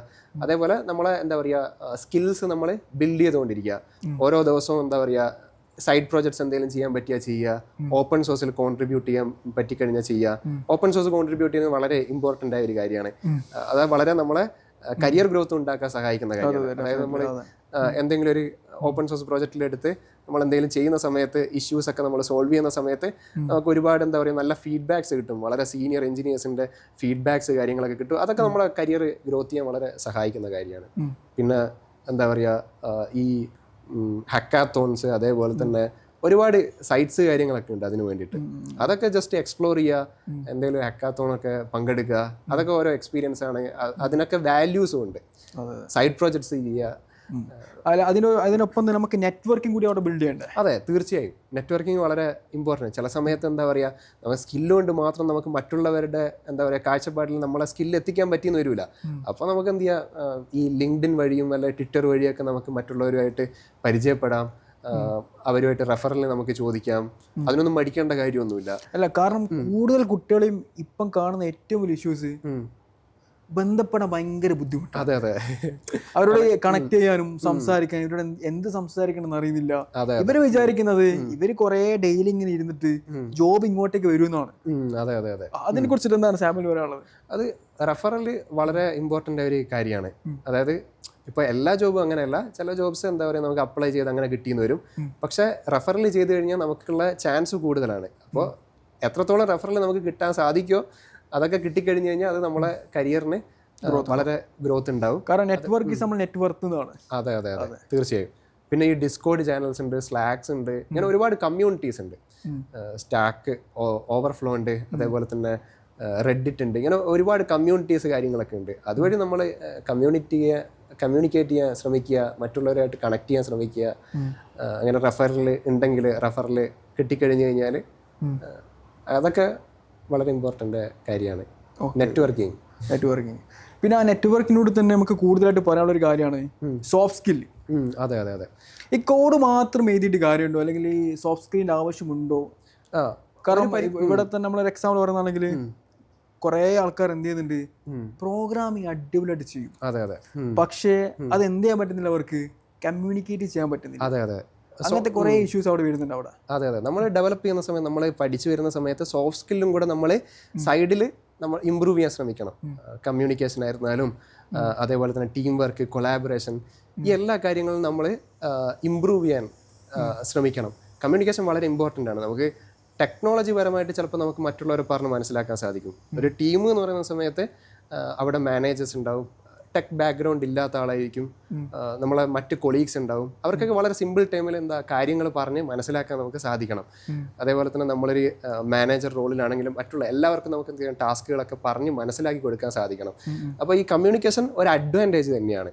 കമ്മ്യൂണിക്കേഷൻ നന്നായിട്ട് അറിഞ്ഞു കഴിഞ്ഞു കഴിഞ്ഞാൽ അത് തീർച്ചയായും ഒരു അഡ്വാൻറ്റേജ് ആണ്. പക്ഷേ ചില കമ്പനീസ് സ്കില്ലിനാണ് പ്രാധാന്യം കൊടുക്കുന്നത്. പക്ഷേ മിക്ക കമ്പനീസും നോക്കിക്കഴിഞ്ഞാൽ നമ്മളിപ്പോൾ എവിടെ ചെന്ന് കഴിഞ്ഞ് കഴിഞ്ഞാലും കമ്മ്യൂണിക്കേഷന് അതിൻ്റേതായ പ്രാധാന്യമുണ്ട്. അതേപോലെ തന്നെ ടീം വർക്ക്. അപ്പോൾ നമ്മൾ ഇതുവരെ നമ്മളൊരു എന്താ പറയുക, കമ്പനിയിൽ ജോയിൻ ചെയ്യുന്നവരെ സ്വന്തമായിട്ടായിരിക്കും കാര്യങ്ങളൊക്കെ ചെയ്തിട്ടുണ്ടാകും അല്ലേ. അപ്പോൾ ഒരു ടീം വർക്ക് എന്നൊക്കെ പറയുന്ന സമയത്ത് അവർക്ക് ചിലപ്പോൾ അത് കറക്റ്റായിട്ട് ചെയ്യാൻ പറ്റിയെന്ന് വരത്തില്ല. അതെ അതെ. കുറെ ആൾക്കാർ പുറകോട്ട് നിൽക്കുന്നതാണ് നമുക്ക്. അതെ അതെ. കാരണം ആർക്കാണ് ആ ലീഡർഷിപ്പ് ക്വാളിറ്റി ഉള്ളത്, അവരായിരിക്കും ഗ്രോ അപ്പ് ചെയ്യുന്നുണ്ടാവും. അതെ അതെ അതെ. അവർ ലീഡർഷിപ്പ് ക്വാളിറ്റി ഉള്ളവർ എന്തായാലും ഗ്രോ ചെയ്ത് വരും. അതെ. ഞാനൊക്കെ വർക്ക് ചെയ്യുന്ന സമയത്ത് എന്നെക്കാളും മുന്നേ വന്ന ആൾക്കാരുണ്ട്. പക്ഷെ അവരൊക്കെ അവിടെ തന്നെ ഇരുന്ന് ഇങ്ങനെ വർക്ക് ചെയ്യാന്നല്ലാണ്ട് അതിലപ്പുറത്തേക്ക് അവർ ചിന്തിക്കുന്നില്ല അവിടെ. അതെ അതെ. അതാണ് ഒരു ഇഷ്യൂ വരുന്നത് അവിടെ, ലീഡർഷിപ്പ് ക്വാളിറ്റി വരുന്നത്. നമുക്ക് ലീഡ് ചെയ്യാൻ പറ്റണം, അതേപോലെ കൊളാബറേറ്റ് ചെയ്യാൻ പറ്റണം. പണ്ടൊക്കെ നമ്മൾ വർക്ക് ചെയ്തുകൊണ്ടിരുന്ന സമയത്ത് എന്തെങ്കിലും ഇഷ്യൂസ് ഒക്കെ വന്നു കഴിഞ്ഞാൽ 1-2 ഡെവലപ്പേഴ്സ് ഒക്കെ ചേർന്നിട്ട് നമ്മൾ ഒരാളെ സ്ക്രീൻ ഷെയർ ചെയ്യും, എന്നിട്ട് നമ്മൾ ചെക്ക് ചെയ്യും എന്താണ് എഫിഷ്യൻറ്റ് സൊല്യൂഷൻ, നമ്മൾ ഡിസ്കസ് ചെയ്യും, നമ്മൾ ഡയഗ്രം ഒക്കെ കറക്റ്റായിട്ട് വരയ്ക്കും. ഇങ്ങനെ ചെയ്ത് കഴിഞ്ഞാൽ എന്ത് പ്രശ്നം ഉണ്ടാവും, ഇങ്ങനെ ചെയ്ത് കഴിഞ്ഞ് കഴിഞ്ഞാൽ എന്ത് പ്രശ്നം ഉണ്ടാവും, നമ്മൾ സീക്വൻസ് ഡയഗ്രം ഇതൊക്കെ വരച്ച് നമ്മൾ കറക്റ്റ് ഒരു എന്താ പറയുക പ്ലാൻ ക്രിയേറ്റ് ചെയ്യും. ഇപ്പോൾ എന്താ പറയുക, ഞാനിപ്പോൾ വർക്ക് ചെയ്യുന്ന കമ്പനീസിലായിരുന്നാലും ചില എഞ്ചിനീയേഴ്സ് എന്താ പറയുക കൊളാബറേറ്റ് ചെയ്യുന്നില്ല. അതൊരു ഭയങ്കര ഒരു ഡ്രോബാക്ക് തന്നെയാണ്. നമുക്ക് ലേൺ ചെയ്യണമെങ്കിലും നമുക്ക് ഗ്രോ ചെയ്യണമെങ്കിലും എല്ലാത്തിനും ഇപ്പം എല്ലാവരുടെ നോളജ് എന്ന് വെച്ചാൽ ഡൈവേഴ്സ് ആയിരിക്കും.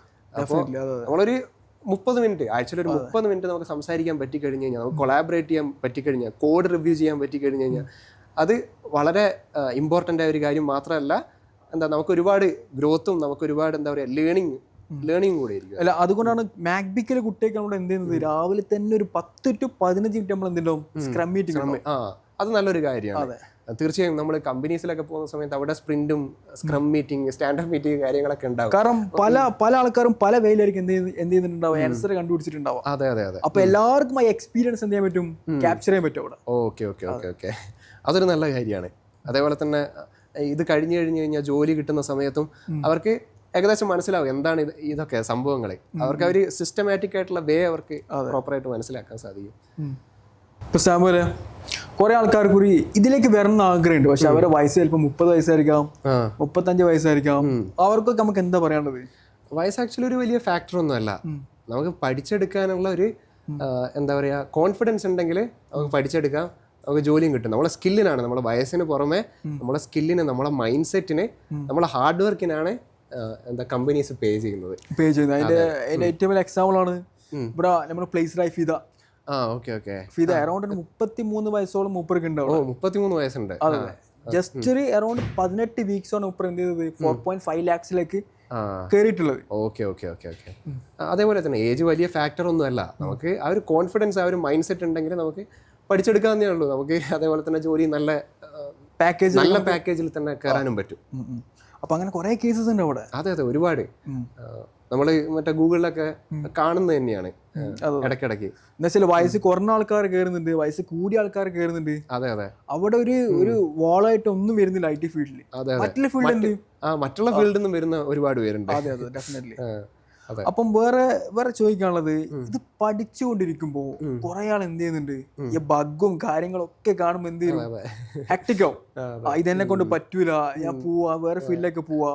അപ്പൊ അതെങ്ങനായിരിക്കും അത് ഓവർകം ചെയ്യാൻ ബെസ്റ്റ് വേ? അതെ, ഇതിപ്പോ ബഗ് എന്ന് പറയുന്നത് എല്ലാവർക്കും വരും.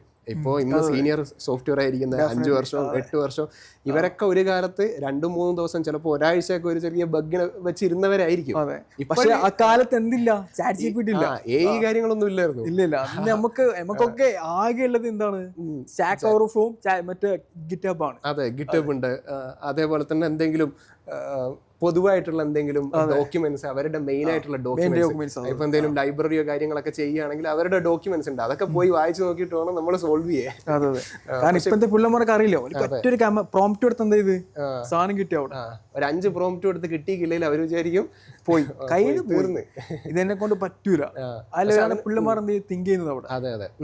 അതേ സമയത്ത് നമ്മൾ എന്താ, ഇപ്പോൾ ഞാൻ ഒരിക്കൽ വർക്ക് ചെയ്ത സമയത്ത് ഒരു എഞ്ചിനീയർ ഫ്രണ്ട് എൻഡ് ഒരു ചെറിയ ഒരു ട്രീ പോലത്തെ ഒരു ലൈബ്രറിയിൽ വർക്ക് ചെയ്യായിരുന്നു. അപ്പോൾ ഒരു 2 ആഴ്ച ആയിട്ടും ആ ഒരു പെർട്ടിക്കുലർ എന്താ പറയുക പ്രോബ്ലം സോൾവ് ചെയ്യാൻ പറ്റുന്നില്ല. അത് ജസ്റ്റ് ഒരു ജെർക്കിങ് കാര്യങ്ങളൊക്കെ വരുന്നുണ്ട് അപ്പോൾ ചെയ്യുന്ന സമയത്ത്. അപ്പോൾ 2 ആഴ്ചയോളം ഫുള്ള് GPT ചെക്ക് ചെയ്യുന്നത്. GPT ഫുള്ള് അടിക്കാത്ത പ്രോംപ്റ്റ് ഇല്ല, എന്നിട്ടും സംഭവം കിട്ടുന്നില്ല. അതായത് GPT എന്ന് പറയുന്ന സമയത്ത് അതിനൊരു നോളജ് ഉണ്ട്, അതിനൊരു ഡാറ്റ ഉണ്ട്. ആ ഡേറ്റ എന്ന് മാത്രമേ അതിനെന്താ സൊല്യൂഷൻ പ്രൊവൈഡ് ചെയ്യാൻ പറ്റൂ. അതാണ് കാര്യം. അപ്പോൾ ഞാൻ ജസ്റ്റ് പറഞ്ഞു അവരുടെ ഒന്ന് ഒഫീഷ്യൽ സൈറ്റ് ഒന്ന് എടുത്തു നോക്കാൻ പറഞ്ഞു. അങ്ങനെ ഒഫീഷ്യൽ സൈറ്റിൽ എടുത്തു നോക്കി. അപ്പോൾ അതിൻ്റെ അകത്ത് കറക്റ്റായിട്ട് മെൻഷൻ ചെയ്യുന്നുണ്ട് ഈ ഒരു സ്പെസിഫിക് ഫീച്ചർ ഇങ്ങനെയാണ് യൂസ് ചെയ്യേണ്ടത്. അത് ജസ്റ്റ് ഇട്ട സമയത്ത് ഒരു 2-3 മിനിറ്റ് കൊണ്ട് സംഭവം സോൾവ് ആയി. അതെ അല്ല ഞാനിപ്പോഴും സ്റ്റുഡൻസിനോട് പറയുന്നൊരു കേസാണ്, നിങ്ങൾ യൂട്യൂബ് വീഡിയോസ് 1 മണിക്കൂർ 2 മണിക്കൂർ കാണുന്നതിനേക്കാളും എത്രയോ ബെറ്റർ ആണ് 10 മിനിറ്റ് ആ ഡോക്യുമെന്റ്സ് പ്രോപ്പറായിട്ട് വായിച്ചാൽ മതി. അതെ അതെ. നമ്മളിപ്പോൾ ഒരു പുതിയ ടെക്നോളജി ഇപ്പോൾ ഇംപ്ലിമെന്റ് ചെയ്യാണ്. ഇപ്പോൾ ഒരു ടെസ്റ്റിംഗ് ലൈബ്രറി നമ്മൾ ആഡ് ചെയ്യാണ് നമ്മുടെ പ്രോജക്റ്റിലേക്ക്. അപ്പോൾ ജസ്റ്റ് അവരുടെ ഒഫീഷ്യൽ വെബ്സൈറ്റിലേക്ക് പോവുക, എന്നിട്ട് അവരുടെ ഒഫീഷ്യൽ വെബ്സൈറ്റ് നോക്കുക എന്തൊക്കെയാണ് സംഭവങ്ങൾ. ഇപ്പോൾ GPT അടിച്ചിട്ട് നമുക്ക് സെറ്റപ്പ് ചെയ്യാം. നമുക്ക് ഇപ്പോൾ ഫോർ എക്സാമ്പിൾ നമ്മൾ Node.js VTest എന്ന് പറഞ്ഞൊരു ലൈബ്രറി ഉണ്ട്. അപ്പോൾ VTest കോൺഫിഗർ ചെയ്യണമെങ്കിൽ നമുക്ക് ജസ്റ്റ് അടിച്ചു കൊടുക്കാം GPT കോൺഫിഗർ VTest, എങ്ങനെ ഇത് കോൺഫിഗർ ചെയ്യാന്നുള്ള കാര്യങ്ങളൊക്കെ അടിച്ചു കൊടുത്താൽ അത് സ്റ്റെപ്പ് ബൈ സ്റ്റെപ്പ് ആയിട്ട് തരും. ചിലപ്പോൾ അത് ഔട്ട്ഡേറ്റഡ് ആയിരിക്കാം ആ ഡേറ്റ. അപ്പോൾ നമുക്കറിയില്ല, ഇത് എന്താ പറയുക എപ്പോഴും ഇവോൾവ് ചെയ്തുകൊണ്ടിരിക്കുകയാണ്. ചിലപ്പോൾ ഡിപ്രിക്കേറ്റഡ് ആയിട്ടുള്ള ഇൻഫർമേഷൻസ് ആയിരിക്കും തരുന്നുണ്ടാകുക. അപ്പോൾ ജസ്റ്റ് ഇങ്ങനെയുള്ള കാര്യങ്ങൾ സെറ്റപ്പ് ചെയ്യുന്ന സമയത്ത് അല്ലെങ്കിൽ ഒരു 20 മിനിറ്റ് നിങ്ങൾ GPT നോക്കിയിട്ട് ആൻസർ കിട്ടിയില്ലെങ്കിൽ എന്താ അവരുടെ ഒഫീഷ്യൽ ഡോക്യുമെൻ്റ് നോക്കുക, സ്റ്റാക്ക് ഓവർഫ്ലോ നോക്കുക, GitHub നോക്കുക. അല്ലെങ്കിൽ എന്നിട്ടും സോൾവ് ചെയ്യാൻ പറ്റിയില്ലെങ്കിൽ ഡീമോട്ടിവേറ്റഡ് ആയിട്ട് ആകേണ്ട കാര്യമൊന്നുമില്ല. നമുക്ക് ഒരുപാട് കമ്മ്യൂണിറ്റീസ് ഉണ്ട്, ഡോക്കർ ഉണ്ട്, ഡിസ്കോഡ്, സ്ലാക്ക്, അതുപോലെ ഒരുപാട് കമ്മ്യൂണിറ്റി ഡെവലപ്പർ കമ്മ്യൂണിറ്റീസ് ഉണ്ട്. അതിൽ പോയി കഴിഞ്ഞ് കഴിഞ്ഞാൽ നമുക്ക് ജസ്റ്റ് ഏതെങ്കിലും ഒരുപാട് എക്സ്പീരിയൻസ്ഡ് ആയിട്ടുള്ള ആളുകൾ ഉണ്ടാവും, നമുക്ക് ബിൽഡ് ചെയ്യാൻ പറ്റും. അതെ അതെ അതെ. ഒരുപാട് നെറ്റ്വർക്കും കണക്ഷനും എല്ലാം ബിൽഡ് ചെയ്യാൻ പറ്റും. അത് വളരെ ഇമ്പോർട്ടൻ്റ് ഫാക്ടറാണ്. അതേപോലെ തന്നെ ഇമ്പോസ്റ്റർ സിൻഡ്രോമാണിത്.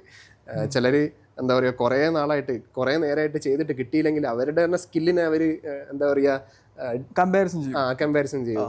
എനിക്കിതൊന്നും പറ്റത്തില്ല എന്നൊക്കെ ചിന്തിക്കും. ഇപ്പോൾ ആലോചിക്കേണ്ട ഒരു കാര്യം അല്ല, നമ്മളൊക്കെ അങ്ങനെ ചിന്തിച്ചിട്ടുണ്ട്. അതെ, ചിന്തിച്ചിട്ടുണ്ട്, എല്ലാവരും അങ്ങനെ ചിന്തിച്ചിട്ടുണ്ട് ഒരു കാലത്ത്. അതുകൊണ്ട് അത് വലിയ പ്രശ്നമൊന്നുമുള്ള കാര്യമല്ല. ആ സമയത്ത് എന്താ പറയുക, നമ്മൾ ചെറിയൊരു സക്സസ് വരും നമ്മൾ സെലിബ്രേറ്റ് ചെയ്യുക. നമ്മളെന്തായാലും ഒരു ചെറിയൊരു ബഗ് നമ്മൾ 2 ദിവസം ഇരുന്ന് അത് നമ്മൾ സോൾവ് ചെയ്യാൻ പറ്റിയ അതൊന്ന് സെലിബ്രേറ്റ് ചെയ്യുക. അല്ല, ഞാനൊക്കെ എന്താണെന്നറിയാമോ സാമുവൽ ചെയ്യാ, അങ്ങനത്തെ ഒരു ഇഷ്യൂ വരുമ്പോൾ ഞാൻ മാക്സിമം ഒരു 10 hours 11 hours ചിലപ്പോൾ കിട്ടിയിട്ടില്ല, ഞാൻ എന്ത് ചെയ്യും, നെക്സ്റ്റ് മൊഡ്യൂളിലേക്ക് പോവാണ്. അതെ അതെ. ചിലപ്പോൾ അത് ചെയ്തുകൊണ്ടിരിക്കുന്നതിനായിരിക്കും ആ മറ്റേ നമുക്ക് എന്ത് ചെയ്യാം തലയിൽ വരുന്നുണ്ടാവും. അതെ അതെ. ചില സമയത്ത് ഞാനൊരു ചെറിയ ബ്രേക്ക് ഒക്കെ എടുക്കും. ഇങ്ങനെ ഒരു ചെറിയ ബഗ്ഗിനെ വെച്ചിട്ട് കുറെ നേരം ഇരിക്കുന്ന സമയത്ത് ചിലപ്പോൾ സോൾവ് ചെയ്യാൻ പറ്റാത്ത എന്തെങ്കിലും വലിയ കോംപ്ലക്സ് ആയിട്ടുള്ള പ്രശ്നമൊക്കെ ആയിരിക്കും. അപ്പോൾ ജസ്റ്റ് ബ്രേക്ക് ഒക്കെ എടുത്തൊന്ന് പുറത്തേക്കൊക്കെ പോയി വരുന്ന സമയത്തായിരിക്കും ഒന്ന് മൈൻഡ് ഒന്ന് ഫ്രീ ആകുന്ന സമയത്ത് ഒരു ഐഡിയാസും കാര്യങ്ങളൊക്കെ വരും. പിന്നെ വേറൊരു കാര്യമാണ്, നമ്മൾ എന്താ പറയുക ഈ ഒരുപാട് ഫീച്ചേഴ്സും കാര്യങ്ങളും നമ്മളിപ്പോൾ വീക്ക്ലി കുറേ പ്ലാൻസ് കാര്യങ്ങളൊക്കെ ഉണ്ടാവും. അപ്പോൾ അതിനെ പ്രോപ്പറായിട്ടുള്ള രീതിയിൽ എന്താ പറയുക പ്രയോറിറ്റൈസ് ചെയ്യുക. ചിലപ്പോൾ 4 മണിക്കൂർ കൊണ്ടൊന്ന് സോൾവ് ചെയ്യാൻ പറ്റിയില്ലെങ്കിൽ വേറെ ടാസ്ക് പോവുക, അത് ചെയ്യുക. കുറെ ലോങ് ഹാങ്ങിങ് ഫ്രൂട്ട്സ് ഉണ്ടാവും. അതായത് അത് ചെയ്ത് കഴിഞ്ഞാൽ നല്ല വാല്യൂ ഉണ്ടാവും, പക്ഷെ വളരെ ചെറിയ ടാസ്ക് ആയിരിക്കും. അപ്പോൾ ചെയ്തുകൊണ്ടിരിക്കുന്നതായിരിക്കും നമുക്ക് മറ്റേ ആൻസർ കിട്ടുന്നത്. അതെ അതെ. മൈൻഡ് ഒന്ന് റിഫ്രഷ് ആവുന്ന സമയത്ത് ചിലപ്പോൾ നമ്മൾ ഉറങ്ങുന്നവരൊക്കെ ഉറങ്ങുന്ന ടൈമിലായിരിക്കും കിട്ടി സാധനം കിട്ടി. ചിലപ്പോൾ 2 മണിക്ക് 3 മണിക്കൊക്കെ എഴുന്നേൽക്കും. അത് കുറേയൊക്കെ എക്സ്പീരിയൻസ് ഉണ്ടാവുന്നുണ്ട്. അതെ അതെ. അപ്പോൾ ഇമ്പോസ്റ്റർ സിൻഡ്രോം അതിൻ്റെ ഒന്നും ആവശ്യമില്ല. എല്ലാവരും ഇപ്പോൾ നല്ല എക്സ്പീരിയൻസ്ഡ് ആയിട്ടുള്ള സോഫ്റ്റ്വെയർ എഞ്ചിനീയേഴ്സും ഒരു ടൈമിൽ അതേപോലെയൊക്കെ ചിന്തിച്ചിട്ടുള്ളവരാണ്. പ്രത്യേകിച്ച് AI കൂടെ ഇല്ലാത്ത സമയമാണ്. അതെ അതെ. അപ്പോൾ സാമ്പിൾ നമ്മൾ കുറേ സാധനം നമ്മൾ എന്ത് ചെയ്ത് ഡിസ്കസ് ചെയ്തു നമ്മുടെ ജേണി, സോഫ്റ്റ്വെയർ ഡെവലപ്പിംഗ് എഞ്ചിനീയറും ഡിഫറൻസ്. അപ്പോൾ പുതിയൊരാൾ വരുമ്പോൾ അവർക്ക് എന്താണ് ഒരു ടിപ്സോ കാര്യം നമുക്ക് കൊടുക്കാനുള്ളത്? ഓക്കെ, നമ്മളൊരു കമ്പനിയിലേക്ക് ജോയിൻ ചെയ്ത് കഴിഞ്ഞ് കഴിഞ്ഞാൽ എന്തെങ്കിലും ഒരു ടാസ്ക് ഒക്കെ തരുന്ന സമയത്ത് വളരെ കൂളായിട്ട് സംഭവം ഡീൽ ചെയ്യുക. ആദ്യം തന്നെ പ്ലാൻ ചെയ്യുക എന്താണ് നമ്മൾ ചെയ്യേണ്ടത്. പ്രോപ്പറായിട്ട് എന്ത് ചെയ്യുക, ടു ഡു ലിസ്റ്റ് കാര്യങ്ങളൊക്കെ ക്രിയേറ്റ് ചെയ്യുക. ബാക്ക് അല്ല അത് ഞാൻ ചോദിച്ചത് ഇപ്പൊ പുതിയ വരുന്ന കുട്ടികൾക്ക് എന്ന് വെച്ചാൽ ഇപ്പം പ്ലസ് ടു കഴിഞ്ഞ കുട്ടികളും ബികോം കഴിഞ്ഞിട്ട് ഇതിലേക്ക് വരാൻ ആഗ്രഹിക്കുന്ന ആൾക്കാർക്കും അവർക്ക് എന്തായിരിക്കും നമുക്ക് കൊടുക്കാൻ പറ്റുക? ഓക്കെ, ഇത് നമുക്ക് ആർക്ക് വേണമെങ്കിലും പഠിച്ചെടുക്കാൻ പറ്റുന്ന ഒരു കാര്യം തന്നെയാണ്. ഇത് വലിയ റോക്കറ്റ് സയൻസ് ഒന്നുമല്ല, വളരെ ആർക്ക് വേണമെങ്കിലും പഠിച്ചെടുക്കാൻ പറ്റുന്ന കാര്യമാണ് സ്കില്ല് ഡെവലപ്പ് ചെയ്യാൻ. അതുകൊണ്ട് തന്നെ എന്താ പറയുക, ആദ്യം തന്നെ നമ്മളെ ഇൻട്രസ്റ്റ് എന്താണെന്ന് കണ്ടുപിടിക്കുക. വെബ് ഡെവലപ്മെന്റോ കാര്യങ്ങളൊക്കെ ആണെങ്കിൽ അതിന്റെ നല്ലൊരു റോഡ് മാപ്പ് ക്രിയേറ്റ് ചെയ്യുക. നമ്മൾ എന്താ പറയുക, സെൽഫ് ലേണിംഗ് ആണ് ഏറ്റവും നല്ല മെത്തഡോളജി. അപ്പോൾ സെൽഫായിട്ട് തന്നെ കാര്യങ്ങൾ റോഡ് മാപ്പ് ഫോളോ ചെയ്യുക, കറക്റ്റ് മോട്ടിവേറ്റഡ് ആയിട്ട് കാര്യങ്ങൾ ബിൽഡ് ചെയ്യുക, പഠിക്കുക. ജാക്ക് ഓഫ് ട്രേഡ്സ് ആകുന്നതിന് പകരം, അതായത് മൾട്ടിപ്പിൾ കാര്യങ്ങൾ ഇങ്ങനെ പഠിക്കുന്നതിന് പകരം ഏതെങ്കിലും ഒരു ഡൊമൈനിൽ സ്റ്റിക്ക് ഓൺ ചെയ്തിട്ട് അത് കംപ്ലീറ്റ് ചെയ്യുക, അത് മാസ്റ്റർ ചെയ്യുക. അതാണ് മെയിനായിട്ടുള്ള ടിപ്പ്. പിന്നെ അത് കഴിഞ്ഞ് കഴിഞ്ഞാൽ ഇപ്പോൾ എന്തെങ്കിലും കാര്യങ്ങൾ ടാസ്ക് ഒക്കെ ഇപ്പോൾ ചെയ്യുന്ന സമയത്ത് തന്നെ എന്തെങ്കിലും ചെറിയ പ്രോജക്റ്റ് ഒക്കെ ചെയ്യുന്ന സമയത്ത് വളരെ പ്ലാൻ ചെയ്തുകൊണ്ട് ചെയ്യുക. ഇപ്പോൾ ഒരു ബാക്ക് എൻഡ് ഡിസൈൻ ഒക്കെ ചെയ്യുന്ന സമയത്ത് ആദ്യം തന്നെ കോഡിങ്ങിലേക്ക് കടക്കുന്നതിന് പകരം അവർ ജസ്റ്റ് റിസർച്ച് ചെയ്യുക. ഇങ്ങനെ ചെയ്ത് കഴിഞ്ഞാൽ എന്തെങ്കിലും പ്രശ്നമുണ്ടോ, ഒപ്റ്റിമൈസ്ഡ് ആയിട്ടുള്ള രീതിയിൽ എങ്ങനെ എനിക്ക് കോഡ് എഴുതാം, ഈ കാര്യങ്ങളൊക്കെ ചിന്തിക്കുക. നമ്മൾ കോഡ് എഴുതുക എന്ന് പറയുന്ന സമയത്ത് കോഡ് ആർക്ക് വേണമെങ്കിലും എഴുതാൻ പറ്റും. GPT ഈ സമയത്തൊക്കെ എല്ലാം AI ആണ്. AI ജനറേറ്റ് ചെയ്യും, കോഡ് ജനറേറ്റ് ചെയ്യും. വൈബ് കോഡിങ്ങിൻ്റെ കാലമാണ്. അപ്പോൾ നമ്മളെന്താ മെയിനായിട്ട് നോക്കേണ്ടതെന്ന് വെച്ച് കഴിഞ്ഞാൽ നമ്മൾ എഴുതുന്ന കോഡ് മറ്റുള്ളവർക്ക് റീഡബിൾ ആണോ, അത് മെയിൻറ്റെയിനബിൾ ആണോ, സ്കെയിലബിൾ ആണോ. ഇപ്പോൾ നമ്മൾ ചില സമയത്ത് നമ്മൾ കോഡ് എഴുതി കഴിഞ്ഞാൽ നമുക്ക് കാണാൻ പറ്റും ഒരേപോലത്തെ ഒരുപാട് കോഡ്സ് ഉണ്ടാവും. അത് സ്കെയിലബിൾ ആയിട്ട് എന്ത് ചെയ്യുക, എല്ലാ സ്ഥലത്തും യൂസ് ചെയ്യാൻ പറ്റുന്ന റീയൂസബിൾ ആയിട്ട് കാര്യങ്ങൾ ചെയ്യുക. റീഫാക്ടറിംഗ് ആയിരിക്കണം. അതെ, ഒരുപാട് പ്രിൻസിപ്പിൾസ് ഉണ്ട്. ഡ്രൈവ് പ്രിൻസിപ്പിൾ, അതേപോലെ സോളിഡ് എന്നൊക്കെ പറഞ്ഞ് ക്ലീൻ ആർക്കിടെക്ചർ, ഒരുപാട് ആർക്കിടെക്ചറും ഒരുപാട് ബെസ്റ്റ് പ്രാക്ടീസസ് ഒക്കെ ഉണ്ട്. അതിനെപ്പറ്റി പഠിക്കുക. എന്ത് ചെയ്യുന്ന സമയത്തും അത് ബെസ്റ്റായിട്ട് ചെയ്യാൻ നോക്കുക. നമുക്ക് ഒരിക്കലും ഫസ്റ്റ് ബെസ്റ്റായിട്ട് ചെയ്യാൻ പറ്റില്ല, എങ്കിലും എങ്ങനെ നമുക്ക് ബെസ്റ്റ് ആക്കാൻ പറ്റും. ഒരു പീസ് ഓഫ് കോഡ് എഴുതി കഴിഞ്ഞ് കഴിഞ്ഞാൽ പോലും ഇത് ഏത് രീതിയിൽ എനിക്ക് എന്താ പറയുക ഒപ്റ്റിമൈസ് ചെയ്യാം, എങ്ങനെ എഫിഷ്യൻ്റ് ആയിട്ട് ഇത് എനിക്ക് കൺവേർട്ട് ചെയ്യാം എന്നുള്ള കാര്യങ്ങളും കൂടെ നമ്മൾ. പക്ഷെ അതിനൊക്കെ പുറമെ ഇതൊക്കെ അവർ ചെയ്യും, പക്ഷെ ഒരു സാധനം അവരുടെ എന്ത് ചെയ്യും, മിസ്സായിപ്പോ ഫോക്കസ്. അതിന് ഏറ്റവും വലിയ ഉദാഹരണമാണ് ഇതിൽ സോഷ്യൽ മീഡിയ, ഫ്രണ്ട്സിനോട് കറങ്ങാൻ പോവാ. അതിനെ കുറിച്ച് എന്താണ് സാമുവലിന് പറയാനുള്ളത്? എനിക്ക് പറയാനുള്ളത് എന്താണെന്ന് വെച്ചാൽ ഒരു 3 മാസം 6 മാസം നമ്മളെ വീട്ടിൻ്റെ ഉള്ളിൽ ഞാനൊക്കെ ഫോണൊക്കെ അലമാറയിൽ പൂട്ടി വെച്ചിട്ടാണ് എന്ത് ചെയ്തത് പഠിച്ചത്. അല്ലെങ്കിൽ രക്ഷ ഉണ്ടാവില്ല നമുക്കത്. നമ്മളെപ്പോഴും എന്ത് ചെയ്യും, ബഗ്ഗൊക്കെ വരുമ്പോ ആ ഫോണോട് നോക്കുക, ഫ്രണ്ട്സിന്റെ അടുത്ത് പോവാ, കുറെ കേസസ് ഉണ്ടാവും. അപ്പൊ അതിനെ കുറിച്ച് എന്താണ് സാമുവലിനുള്ളത് പറയാനുള്ളത്? നമ്മൾ കറക്റ്റ് ഒരു 6 മാസം അല്ലെങ്കിൽ 3 മാസം മുതൽ 6 മാസം കറക്റ്റ് മോട്ടിവേറ്റഡ് ആയിരുന്നു ആ ഒരു സമയം നമ്മൾ ഡെഡിക്കേറ്റ് ചെയ്ത് കഴിഞ്ഞ് കഴിഞ്ഞാൽ അത് ലൈഫ് യുനോ എന്താ പറയുക, ലൈഫ് മൊത്തം അതൊരു ഫുള്ളി മാറും. ഫുള്ളി മാത്രമല്ല മാറാൻ നമ്മുടെ ഫാമിലി എന്ത് ചെയ്യും, അതാണ്. ഈ 6 മാസം നമ്മൾ എന്തിനു വേണ്ടിയിട്ടാണോ എൻജോയ്മെന്റ് മാറ്റി വെച്ചിട്ടുള്ളത്, ആ 7 മന്ത് നമുക്ക് എന്ത് ചെയ്യും കിട്ടും. നിങ്ങൾക്ക് അവിടെ സോഷ്യൽ മീഡിയ യൂസ് ചെയ്യാം, ഫ്രണ്ട്സിന്റെ അടുത്ത് കറങ്ങാൻ പോവാ, പൈസ ഉണ്ട്, ഫ്രീഡത്തിന് ഫ്രീഡം ഉണ്ട്, എല്ലാം കിട്ടും അവിടെ. പക്ഷെ 7 മാസം എന്തായിരിക്കണോ ഫോക്കസ് ചെയ്ത് ഡെഡിക്കേറ്റ് ചെയ്തിട്ട് എന്തൊക്കെ ഒഴിവാക്കാൻ പറ്റുമോ അതൊക്കെ ഒഴിവാക്കിയിട്ട് എന്ത് ചെയ്യുക, ആ ഒരു ഡെഡിക്കേഷൻ നമ്മൾ എടുക്കണം. അത് എല്ലാ ഫീൽഡിലും അങ്ങനത്തിനാണ്. CA എക്സാമിന് ചെയ്യാൻ പോകുന്ന ആൾക്കാരും, നീറ്റ് എഴുതാൻ പോകുന്ന ആൾക്കാരും, JEE എഴുതാൻ പോകുന്ന ആൾക്കാരും, അവരൊക്കെ ഫുള്ളായിട്ട് എന്താണ്, ഫോണോ ഫ്രണ്ട്സോ ഒന്നും ഉണ്ടാവില്ല, ഫുൾ ഫോക്കസിങ് ആയിരിക്കും. കരിയർ ഗ്രോത്ത് വേണമെങ്കിൽ, നമുക്ക് ഇതിലൊരു കരിയർ വേണമെങ്കിൽ, നല്ലൊരു കരിയർ ഉണ്ടാക്കി എടുക്കണമെങ്കിൽ ആ ഒരു ഡെഡിക്കേഷൻ മസ്റ്റ് ആണ്. ഡെഫിനറ്റ്ലി ഹാർഡ് വർക്ക് ചെയ്യണം. ആ ഒരു ഡെഡിക്കേഷൻ ഉണ്ടെങ്കിൽ ഷുവറായിട്ടും നമ്മളെ കരിയർ തന്നെ ചേഞ്ച് ആവും. സാമുവലെ, ഇവിടെ പഠിച്ചുകൊണ്ടിരിക്കുന്ന കുട്ടികൾക്ക് ഗൂഗിളിലോ മെറ്റയിലോ ആമസോണിലോ നെറ്റ്ഫ്ലിക്സിലോ അതിലേക്ക് കയറണം. അതിനെങ്ങനെയാണ് അതിന്റെ റൈറ്റ് വേ എങ്ങനെയാണ്? റൈറ്റ് വേ എന്താണെന്ന് വെച്ച് കഴിഞ്ഞാൽ പ്രോഗ്രാമിംഗ് ലാംഗ്വേജ് കാര്യങ്ങളൊക്കെ ഫണ്ടമെൻ്റൽ ആയിട്ടുള്ള കാര്യങ്ങളൊക്കെ പഠിച്ചു കഴിഞ്ഞ് കഴിഞ്ഞാൽ മെയിനായിട്ട് ഫോക്കസ് ചെയ്യേണ്ടത് സിസ്റ്റം ഡിസൈന്. അപ്പോൾ ഈ എല്ലാ കമ്പനീസും നോക്കിക്കഴിഞ്ഞ് കഴിഞ്ഞാൽ അതിൻ്റെ ഇൻ്റർവ്യൂസിൽ സിസ്റ്റം ഡിസൈൻ എന്ന് പറഞ്ഞൊരു റൗണ്ട് തന്നെ ഉണ്ട്. എങ്ങനെ പ്രോപ്പറായിട്ട് നമുക്കൊരു പ്രോബ്ലം തന്നു കഴിഞ്ഞാൽ അതെങ്ങനെ നമുക്ക് സോൾവ് ചെയ്യാൻ പറ്റും, അതെങ്ങനെ നമുക്ക് ചിന്തിച്ച് പ്രോപ്പറായുള്ള രീതിയിൽ ആർക്കിടെക്ചർ നമുക്ക് ഡിസൈൻ ചെയ്യാൻ പറ്റും, ഈ കാര്യം അവർ നോക്കും. ഇത് വളരെ ഇമ്പോർട്ടൻ്റ് ആയ ഒരു കാര്യമാണ്. അപ്പോൾ സിസ്റ്റം ഡിസൈന് നോക്കണം. അതേപോലെ തന്നെ ഡേറ്റ സ്ട്രക്ചേഴ്സ് ആൻഡ് ആൽഗോരിതം, നമ്മൾ എല്ലാ ഡേറ്റ സ്ട്രക്ചേഴ്സും കവർ ചെയ്യുക, അതിനെപ്പറ്റി പഠിക്കുക, ഒരുപാട് പ്രോബ്ലം സോൾവ് ചെയ്യുക. അതിന് ഒരുപാട് പ്ലാറ്റ്ഫോം ഉണ്ട്. ലീഡ് കോഡ് എന്ന് പറഞ്ഞ പ്ലാറ്റ്ഫോം ഉണ്ട്, നീറ്റ് കോഡ് എന്നൊക്കെ പറഞ്ഞ് ഒരുപാട് സംഭവം ഉണ്ട്. അതായത് നമ്മൾ ഈ ഡേറ്റ സ്ട്രക്ചേഴ്സ് പഠിക്കാൻ അതിനൊരു റോഡ് മാപ്പ് എന്നുള്ള രീതിയിൽ. അതേപോലെ എന്താ പറയുക, പ്രോബ്ലം സോൾവിങ് സ്കില്ല് നന്നായിട്ട് ഉണ്ടായിരിക്കണം.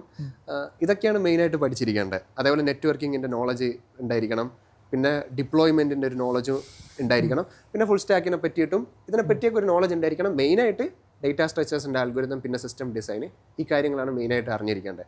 അതിൽ നമ്മൾ പ്രോ ആണെങ്കിൽ നമുക്ക് എന്താ പറയുക, ബാങ്ക് കമ്പനീസിലൊക്കെ അപ്ലൈ ചെയ്ത് തുടങ്ങാം. നല്ല പ്രൊഡക്റ്റ്, അതെ ഈസി ആയിരിക്കും. പിന്നെ നമ്മളെ കമ്മ്യൂണിക്കേഷൻ കാര്യങ്ങളൊക്കെ നമ്മൾ ശ്രദ്ധിക്കണം. അതൊക്കെയാണ്. അതിന് നമുക്ക് ഡെയിലി എത്ര അവേഴ്സ് നമ്മൾ സ്പെൻഡ് ചെയ്യേണ്ടി വരും ഡെയിലി? അത് ഓരോ സ്റ്റുഡൻസിൻ്റെ പേസ് അനുസരിച്ചായിരിക്കും. ഇപ്പം നമുക്ക് ഒരു ദിവസം എന്താ പറയുക, ഹാർഡായിട്ടുള്ള ഒരു പ്രോബ്ലം, മീഡിയം ആയിട്ടുള്ള ഒരു പ്രോബ്ലം, ഈസി ആയിട്ടുള്ള 1-2 പ്രോബ്ലം, ഈ ഒരു 4 ക്വസ്റ്റ്യനൊക്കെ നമുക്ക് സോൾവ് ചെയ്യാൻ പറ്റിക്കഴിഞ്ഞ് കഴിഞ്ഞാൽ ഒരു 2-3 മാസം കൊണ്ട് ഏകദേശം ഡേറ്റാ സ്ട്രക്ചേഴ്സിൻ്റെ എല്ലാ ഭാഗങ്ങളും നമുക്ക് കവർ ചെയ്യാൻ പറ്റും. ഈ ഹാർഡ് എന്നൊക്കെ പറയുന്നത് ലീഡ് കോഡ് പ്രോബ്ലംസ് ആണ്. ചില ഹാർഡായിട്ടുള്ള പ്രോബ്ലംസ് ഉണ്ടാവും, മീഡിയം ലെവലിലുള്ള പ്രോബ്ലംസ് ഉണ്ടാവും. കാരണം മാക്ബിക്കിലെ കുട്ടികൾക്ക് നമ്മൾ എന്ത് ചെയ്യുന്നുണ്ട്, ഡെയിലി ഒരു 3 ലീഡ് കോഡ് ക്വസ്റ്റ്യൻ നമ്മൾ എന്ത് ചെയ്യും, സോൾവ് ചെയ്തിട്ട് മാത്രമേ ഹബ്ബിൽ നിന്ന് പുറത്തേക്ക് പോയിട്ടുള്ളൂ. അതെ. അങ്ങനെ സോൾവ് ചെയ്യുന്ന സമയത്ത് നമുക്ക് ഒരുപാട് ചിന്തിക്കാൻ പറ്റും. അതുപോലെ ഒരുപാട് പാറ്റേൺസ്, ഇന്ന പ്രോബ്ലംസ് വരുന്ന സമയത്ത് എങ്ങനെ നമുക്ക് സോൾവ് ചെയ്യാൻ പറ്റും ഒപ്റ്റിമൈസ്ഡ് ആയിട്ടുള്ള രീതിയിൽ. അവിടെ തന്നെ എന്താ പറയുക, സിസ്റ്റം പെർഫോമൻസ്, അതേപോലെ തന്നെ എങ്ങനെ സിസ്റ്റം റിസോഴ്സസ് കുറച്ചുകൊണ്ട് നമുക്ക് പ്രോഗ്രാം ചെയ്യാം. ഈ ഒരു കാര്യങ്ങളൊക്കെ ഏകദേശം ഒരു എന്താ പറയുക ഐഡിയ കിട്ടും. അപ്പോൾ ആ രീതിക്ക് നമുക്ക് പോകുന്നത് നമുക്ക് ഈസിലി എന്ത് ചെയ്യാൻ പറ്റും? അതെ. മെറ്റയിലോ ഗൂഗിൾ നമുക്ക് ഈസിലി കയറാൻ പറ്റും. അതെ. പ്രൊഡക്റ്റ് ബേസ്ഡ് കമ്പനീസിൽ മെയിനായിട്ടുള്ള വഴി ഇതാണ്. Programming language. സ്റ്റാർട്ടിംഗ് സാലറി നമുക്ക് എത്ര പ്രതീക്ഷിക്കാൻ പറ്റും? സ്റ്റാർട്ടിംഗ് സാലറി സ്റ്റാർട്ടപ്പിലൊക്കെ കിട്ടുന്നതിനെക്കാട്ടി നല്ല സാലറി ആയിരിക്കും ഫാൻ കമ്പനീസിലും പ്രൊഡക്റ്റ് ബേസ്ഡ് കമ്പനീസിലൊക്കെ ഉണ്ടാകുക. അതിപ്പോൾ ഓരോ റോൾ അനുസരിച്ച് വ്യത്യാസം ഉണ്ടാകും. പക്ഷേ നല്ല പാക്കേജ് ആയിരിക്കും. 24-നും മുകളിലോട്ടൊക്കെ ആയിരിക്കും പാക്കേജ് വരിക. പിന്നല്ല കുറേ കൂടി എന്നോട് ചോദിക്കുന്ന ഒരു കേസാണ്, സാറേ എനിക്ക് ലോജിക്ക് കത്തുന്നില്ല, എനിക്ക് ഡിസൈനിങ് എല്ലാം ഓക്കെയാണ് സാറേ, പക്ഷെ എനിക്ക് ബാക്ക് എൻഡിലേക്ക് വരുമ്പോൾ എന്തോ ഒരു കണക്ഷൻ കിട്ടാത്ത പോലെ. അതിനെന്താണ് ഒരു റീസൺ? എന്താണ് അതിൻ്റെ മെയിനായിട്ടുള്ള റീസൺ എന്താണെന്ന് വെച്ച് കഴിഞ്ഞാൽ നമ്മൾ എന്താ പറയുക, ലോജിക്കലി തിങ്ക് ചെയ്യാൻ നോക്കുക. ആ റിലേറ്റഡ് ആയിട്ടുള്ള ആൾക്കാർ തിങ്ക് ചെയ്യുന്നത് ഈ ലോജിക്കും മാത്സും ഒരുപോലെ എന്നുള്ളതാണ്. കാരണം കുറെ ആൾക്കാർ ഡൗട്ടാണ് കോഡിങ്ങിൽ കുറെ മാത്തമാറ്റിക്സ് ഉണ്ട് എന്നുള്ളത്. അതെ, വലിയ നമ്മൾ മാത്സ് പ്രൊഡിജി ഒന്നും ആകണ്ട. അത്യാവശ്യം മാത്സിലെ കുറച്ച് കാര്യങ്ങളൊക്കെ അറിയാമെങ്കിൽ, കുറച്ച് ലോജിക്കൽ കാര്യങ്ങളൊക്കെ ഉണ്ടെങ്കിൽ തന്നെ നമുക്ക്, അതായത് ബാക്ക് ആൻഡ് ലോജിക്സും എല്ലാ കാര്യങ്ങളും നമുക്ക് നന്നായിട്ട് തന്നെ എഴുതാൻ പറ്റും. അതൊരു ആക്ച്വലി ഒരു മിത്താണ്.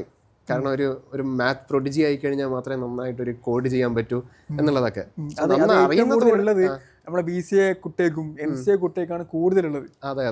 അവര് തിങ്ക് ചെയ്യാ കോഡിങ് ഇനി പഠിക്കണമെങ്കിൽ എനിക്ക് മാത്സ് അറിഞ്ഞിരിക്കണം, എനിക്ക് മാത്സ് അറിയില്ല, ഞാൻ ഇതിലേക്ക് ഇനി വരുന്നില്ല. ആ രീതിക്കാണ് അവർ എന്ത് ചെയ്യുന്നത്, തിങ്ക് ചെയ്യുന്നത്. അത് ചില പ്രോബ്ലംസ് ഒക്കെ സോൾവ് ചെയ്യുന്ന സമയത്ത് മാത്സ് അറിഞ്ഞിരുന്നു കഴിഞ്ഞാൽ അത് നല്ലതാണ്. പക്ഷെ മാത്സ് അറിഞ്ഞിരിക്കേണ്ട ഒരു കാര്യമില്ല. കാരണം ലോജിക്ക് എന്ന് പറയുന്നത്, ലോജിക് ഉണ്ടെങ്കിൽ നമുക്ക് എന്ത് ചെയ്യാൻ പറ്റും, നമുക്ക് പ്രോഗ്രാം കാര്യങ്ങൾ അണ്ടർസ്റ്റാൻഡ് ചെയ്യാൻ പറ്റും. അതെ ഡെഫിനറ്റ്ലി. കാരണം ഈ ഗെയിം ഡെവലപ്മെന്റ്, ഈ AML, അതിലേക്കാണ് കൂടുതൽ മാത്തമാറ്റിക്സ് വരുന്നത്. അതെ തീർച്ചയായും. ബാക്കി എല്ലാ ഫീൽഡിൽ നോർമൽ മാത്സ് മാത്രമേ വരുന്നില്ല. അവിടെ മെയിനായിട്ട് വരുന്നത് നമുക്ക് എന്താണ്, ലോജിക്കൽ സ്കില്ലാണ് കൂടുതലായിട്ടും ഉണ്ടാവുക. അതെ. അപ്പോൾ ആ ലോജിക്കൽ സ്കിൽ എങ്ങനെയാണ് നമുക്ക് സെറ്റ് ചെയ്തെടുക്കാൻ പറ്റുക? അത് മെയിനായിട്ട് നമ്മൾ എന്താ പറയുക, ഡിഫിക്കൽട്ടായിട്ടുള്ള പ്രോബ്ലംസ് ഒക്കെ നമ്മൾ സോൾവ് ചെയ്ത് നോക്കുക. വളരെ എന്താ പറയുക, നമ്മളിപ്പോൾ എന്തെങ്കിലും ലീഡ് കോഡ് പ്രോബ്ലംസ് എടുത്തു കഴിഞ്ഞാൽ അതിൻ്റെ അകത്തുള്ള സൊല്യൂഷൻസ് നമുക്ക് ഒരുപാട് അവൈലബിൾ ആയിരിക്കും. പക്ഷേ സ്വന്തമായിട്ട് നമ്മളത് സോൾവ് ചെയ്യാൻ നോക്കുക. ആദ്യം തന്നെ ഒരു എന്താ പറയുക സൊല്യൂഷൻ കണ്ടുപിടിക്കുന്നതിന് പകരം സ്വന്തമായിട്ട് അതെങ്ങനെയെങ്കിലും നമുക്ക് സോൾവ് ചെയ്യാൻ പറ്റുമോ നോക്കുക. ഇങ്ങനെ കുറേ നമ്മൾ എന്താ പറയുക കൺസിസ്റ്റൻ്റ് ആയിട്ട് ചെയ്യുന്ന സമയത്ത് തന്നെ ഏകദേശം അതിൻ്റെ ലോജിക്ക് കാര്യങ്ങളൊക്കെ ഈസിലി. കാരണം കുറേ സ്റ്റുഡൻസ് ചിന്തിക്കുന്നത് ഇത് ജനിക്കുന്നതിനെ കിട്ടുന്നതാണ്, ലോജിക്കുന്നതാണ്. മണ്ടത്തിനാണ്. നമ്മൾ എത്രത്തോളം നമ്മൾ ക്വസ്റ്റ്യൻസ് നമ്മൾ ചെയ്യുന്നു അതുപോലെ ഇരിക്കും നമ്മളെ ലോജിക്കൽ സ്കില്ല്. അതെ തീർച്ചയായും. നമ്മൾ ഈ എന്താ പറയുക ഒരുപാട് പ്രോബ്ലംസ് സോൾവ് ചെയ്യുന്ന സമയത്ത് അതിൻ്റെ കാര്യങ്ങൾ എങ്ങനെയാണ് ഇത് വർക്ക് ചെയ്യുന്നത്, അതിൻ്റെ കുറേ പാറ്റേൺസ് കാര്യങ്ങൾ ഇതൊക്കെ നമുക്ക് മനസ്സിലാക്കാൻ പറ്റും. അത് നമ്മളെ ഒരുപാട് ഹെൽപ്പ് ചെയ്യും. ഇപ്പൊ നമ്മൾ കോമ്പറ്റേറ്റീവ് എക്സാമിനൊക്കെ പോകുന്ന സമയത്താണെങ്കിലും എത്രത്തോളം നമ്മൾ പ്രാക്ടീസ് ചെയ്യുന്നോ അതിനനുസരിച്ചായിരിക്കും നമ്മൾ റിസൾട്ട് ഉണ്ടാകുക. അപ്പോൾ സാമുവൽ നമ്മൾ കുറേ കാര്യം നമ്മൾ എന്ത് ചെയ്തിട്ടുണ്ട്, ചർച്ച ചെയ്തിട്ടുണ്ട്. അത് കുറെ സാധനം പറഞ്ഞ് നമ്മൾ വിശ്വസിക്കുന്നു അവിടെ. അതെ ഓക്കെ, അവർക്കത് മനസ്സിലായെന്ന് വിശ്വസിക്കുന്നു. അതെ. അപ്പോൾ ഇതിന്റെ ഒരു എക്സ്പീരിയൻസ് എങ്ങനെ ഉണ്ടായിരുന്നു ഈ ഒരു പോഡ്കാസ്റ്റിന്റെ? ഇത് വളരെ നല്ലൊരു എക്സ്പീരിയൻസ് ആയിരുന്നു. കാരണം ആദ്യമായിട്ടാണ് ഞാൻ ഇതേപോലെ പോഡ്കാസ്റ്റ് ചെയ്യുന്നത്. അതുകൊണ്ട് തന്നെ ആദ്യമൊക്കെ എന്താ പറയാ എങ്ങനെയാണ് ചെയ്യുക എങ്ങനെയാണ് ഫേസ് ചെയ്യുക എന്നൊക്കെ വിചാരിച്ചു. പക്ഷെ കാഷ്വൽ ആയിട്ട് തന്നെ ചെയ്തിട്ടുള്ളത്. ഇപ്പൊ ഇതിനെ പുറമെ അവർക്ക് വേറെ എന്തെങ്കിലും ഡൗട്ടോ കാര്യങ്ങളോ ഉണ്ടെങ്കിൽ നമുക്ക് എന്ത് ചെയ്യാം, അവർ കമന്റ് ചെയ്തോട്ടെ, നമുക്ക് വേറൊരു വീഡിയോ ആയിട്ട് നമുക്ക് എന്ത് ചെയ്യാം ചെയ്തെടുക്കാം. അതെ അതെ തീർച്ചയായും നമുക്ക് മൈൻഡ് അപ്പ് ചെയ്യാം. അതെ അതെ ഓക്കെ ഓക്കെ ശരി.